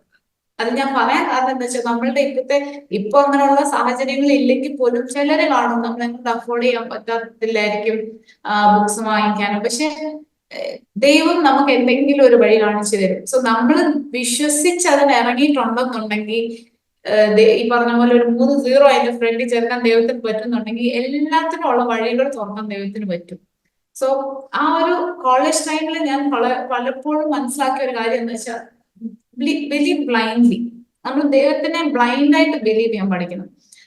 പ്രോബ്ലി ആ ഒരു സിറ്റുവേഷനെ നമുക്ക് ബ്ലൈൻഡായിട്ട് ബിലീവ് ചെയ്തേ പറ്റത്തുള്ളൂ. ഈ പറഞ്ഞ പോലെ നമുക്ക് ആരോടും ചോദിക്കാനില്ല, രോഗങ്ങൾ വന്നാലും ഒന്നും നമുക്ക് ആരോടും ഒരു സപ്പോർട്ട് എടുക്കാനില്ലെങ്കിൽ. പക്ഷെ ദൈവം നടത്തിയ വഴികൾ പറയുമ്പോൾ ഇന്നും ഞാൻ ഇപ്പം വന്ന ഒരു പാട്ടാണെങ്കിലും വളരെ, എനിക്കറിയത്തില്ല അത് എത്ര പേര് കേട്ടിട്ടുണ്ട്. നന്ദിയാൽ നിറയുന്നു എന്നെ രംഗം മനമേ നടത്തിയവര്. ഞാനത് പലപ്പോഴും ഇപ്പൊ സ്ഥിരമായിട്ടൊരു, ഞാൻ എല്ലാരും പറയും പലരോടും വചനങ്ങളിലൂടെയും പ്രാർത്ഥനയിലൂടെയും ഒക്കെ ദൈവം സംസാരിക്കും.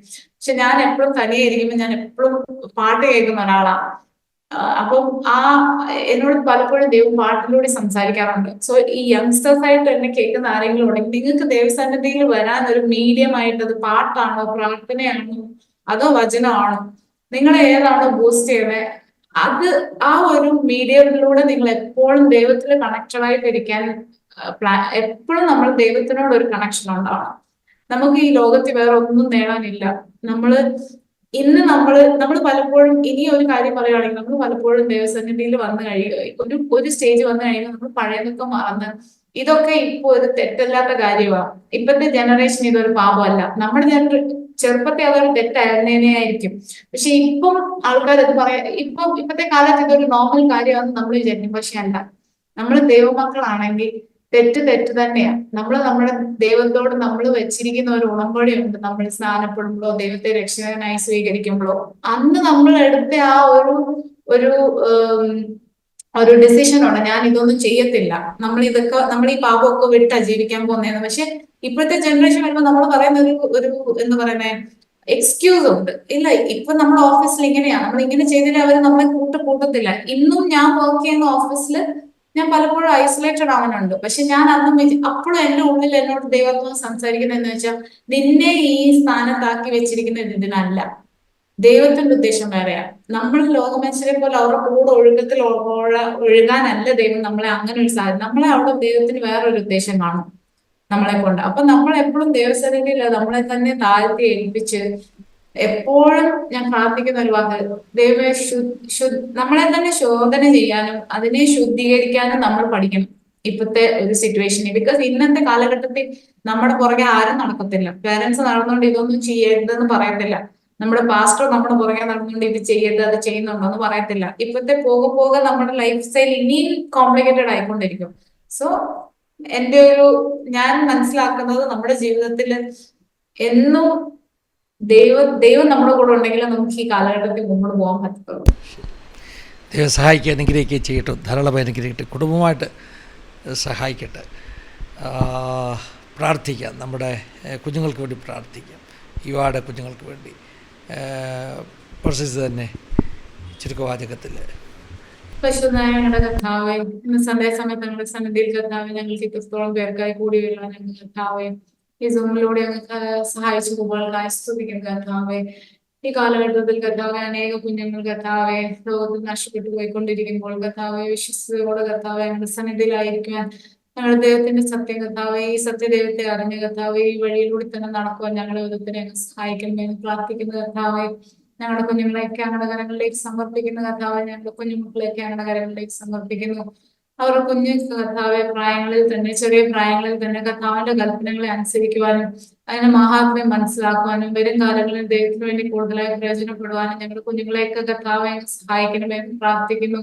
ഈ ലോകത്തിന്റെ മുകളിൽ കർത്താവ് വീണു പോകാതെ കർത്താവെ ദൈവനാമത്തിൽ കർത്താവ് കൂടുതലായി പ്രയോജനപ്പെടുവാൻ അനേകരെ ദൈവത്തിലേക്ക് കർത്താവ് പാപത്തിൽ നിന്ന് കർത്താവെ വലിച്ചെടുക്കുവാൻ കർത്താവെ ഞങ്ങൾ കുഞ്ഞുങ്ങളെയൊക്കെ അങ്ങ് സഹായിക്കണമെന്ന് പ്രാർത്ഥിക്കുന്ന കർത്താവെ. ഇത് കർത്താവെ ഇന്ന് കർത്താവെ കൂടി വന്ന ഓരോ കുഞ്ഞുങ്ങളെയും ഓരോ കുടുംബങ്ങളെയൊക്കെ കർത്താവെ ഞങ്ങളുടെ കരങ്ങളിലേക്ക് സമർപ്പിക്കുന്നു.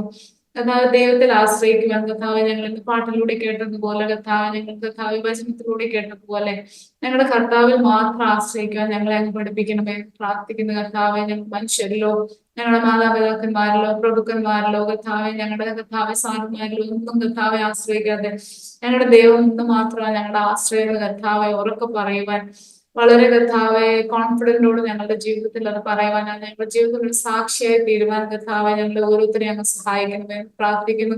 വരും കാലങ്ങളിൽ കർത്താവെ ഈ ആസാദി കർത്താവെ ഈ ചാനൽ അനേകർക്ക് ആശ്വാസത്തിന് കാരണമായി തീരുവാൻ അങ്ങനെയാക്കണമെന്ന് പ്രാർത്ഥിക്കുന്നു. അതിന് പുറകിൽ പ്രവർത്തിക്കുന്ന കർത്താവെ ഞങ്ങളുടെ ആന്റിയും ഞങ്ങളെയൊക്കെ ഞങ്ങളുടെ കരങ്ങളിലേക്ക് സമർപ്പിക്കുന്നു. ദൈവത്തിന് വേണ്ടി കൂടുതലായി പ്രയോജനപ്പെടുവാൻ കർത്താവെ അവരെ ആക്കിയിരിക്കുന്ന സ്ഥാനങ്ങളിൽ അനേകരെ ദൈവത്തിലേക്ക് നേടുവാൻ അവരെ ആക്കിയിരിക്കുന്ന കർത്താവ് സഭകളിലൊക്കെ കർത്താവ് അനേകരെ ദൈവത്തിലേക്ക് നേടുവാൻ അവരെ സഹായിക്കണമെന്ന് പ്രാർത്ഥിക്കുന്ന ദൈവനാമത്തിൽ അനുഗ്രഹിക്കപ്പെടുവാൻ അവരെയും അവരുടെ കുടുംബത്തെയും കർത്താവ് അവരുടെ സഭയും അനുഗ്രഹിക്കണമെന്ന് പ്രാർത്ഥിക്കുന്നു. ഈ ചാനലിനെ ഒന്നുകൂടെ ഞങ്ങളുടെ കരങ്ങളിലേക്ക് സമർപ്പിക്കുന്ന കർത്താവെ കേട്ടുകൊണ്ടിരിക്കുന്ന ഓരോരുത്തരെയും അങ്ങ് അനുഗ്രഹിക്കണമെന്ന് പ്രാർത്ഥിക്കുന്നു. പ്രാർത്ഥനയുടേതായി സ്തുതിക്കുന്ന കർത്താവെ യേശുക്രിസ്തുവിന്റെ നാമത്തിൽ തന്നെ ആമേൻ. ആമേൻ ആമേൻ. പിതാപുത്ര പരിശുദ്ധാത്മാവാകുന്ന ത്രിയേക ദൈവത്തിൻ്റെ കൂട്ടായ്മ സഹവാസ കാവൽ നമ്മെല്ലാവരുടെ പേരും പ്രത്യേകമായി നമ്മളോടൊപ്പം കടന്നു വന്ന ജീവിതാനുഭവങ്ങൾ പങ്കുവച്ച പ്രിയ പ്രൊസസിൻ്റെ മേൽ തന്നെ കുടുംബത്തിൻ്റെ മേൽ ഇന്നു മുതൽ എപ്പോഴും എന്നേക്കും ഉണ്ടായിരിക്കുമാറാകട്ടെ. ആമേൻ ആമേൻ. എല്ലാവരെയും കർത്താവ് ബ്ലെസ് ചെയ്യട്ടെ. താങ്ക് യു മോളെ, ഇത്രയും സമയങ്ങൾ ഞങ്ങളോടൊപ്പം കടന്നു വന്ന് ജീവിതാനുഭവങ്ങളൊക്കെ പങ്കുവച്ചതിൽ. ഇവയുടെ കൂട്ടുകാരെല്ലാം കർത്താവ് ബ്ലെസ് ചെയ്യട്ടെ. God bless you all. Have a wonderful time. God bless you. Praise Lord.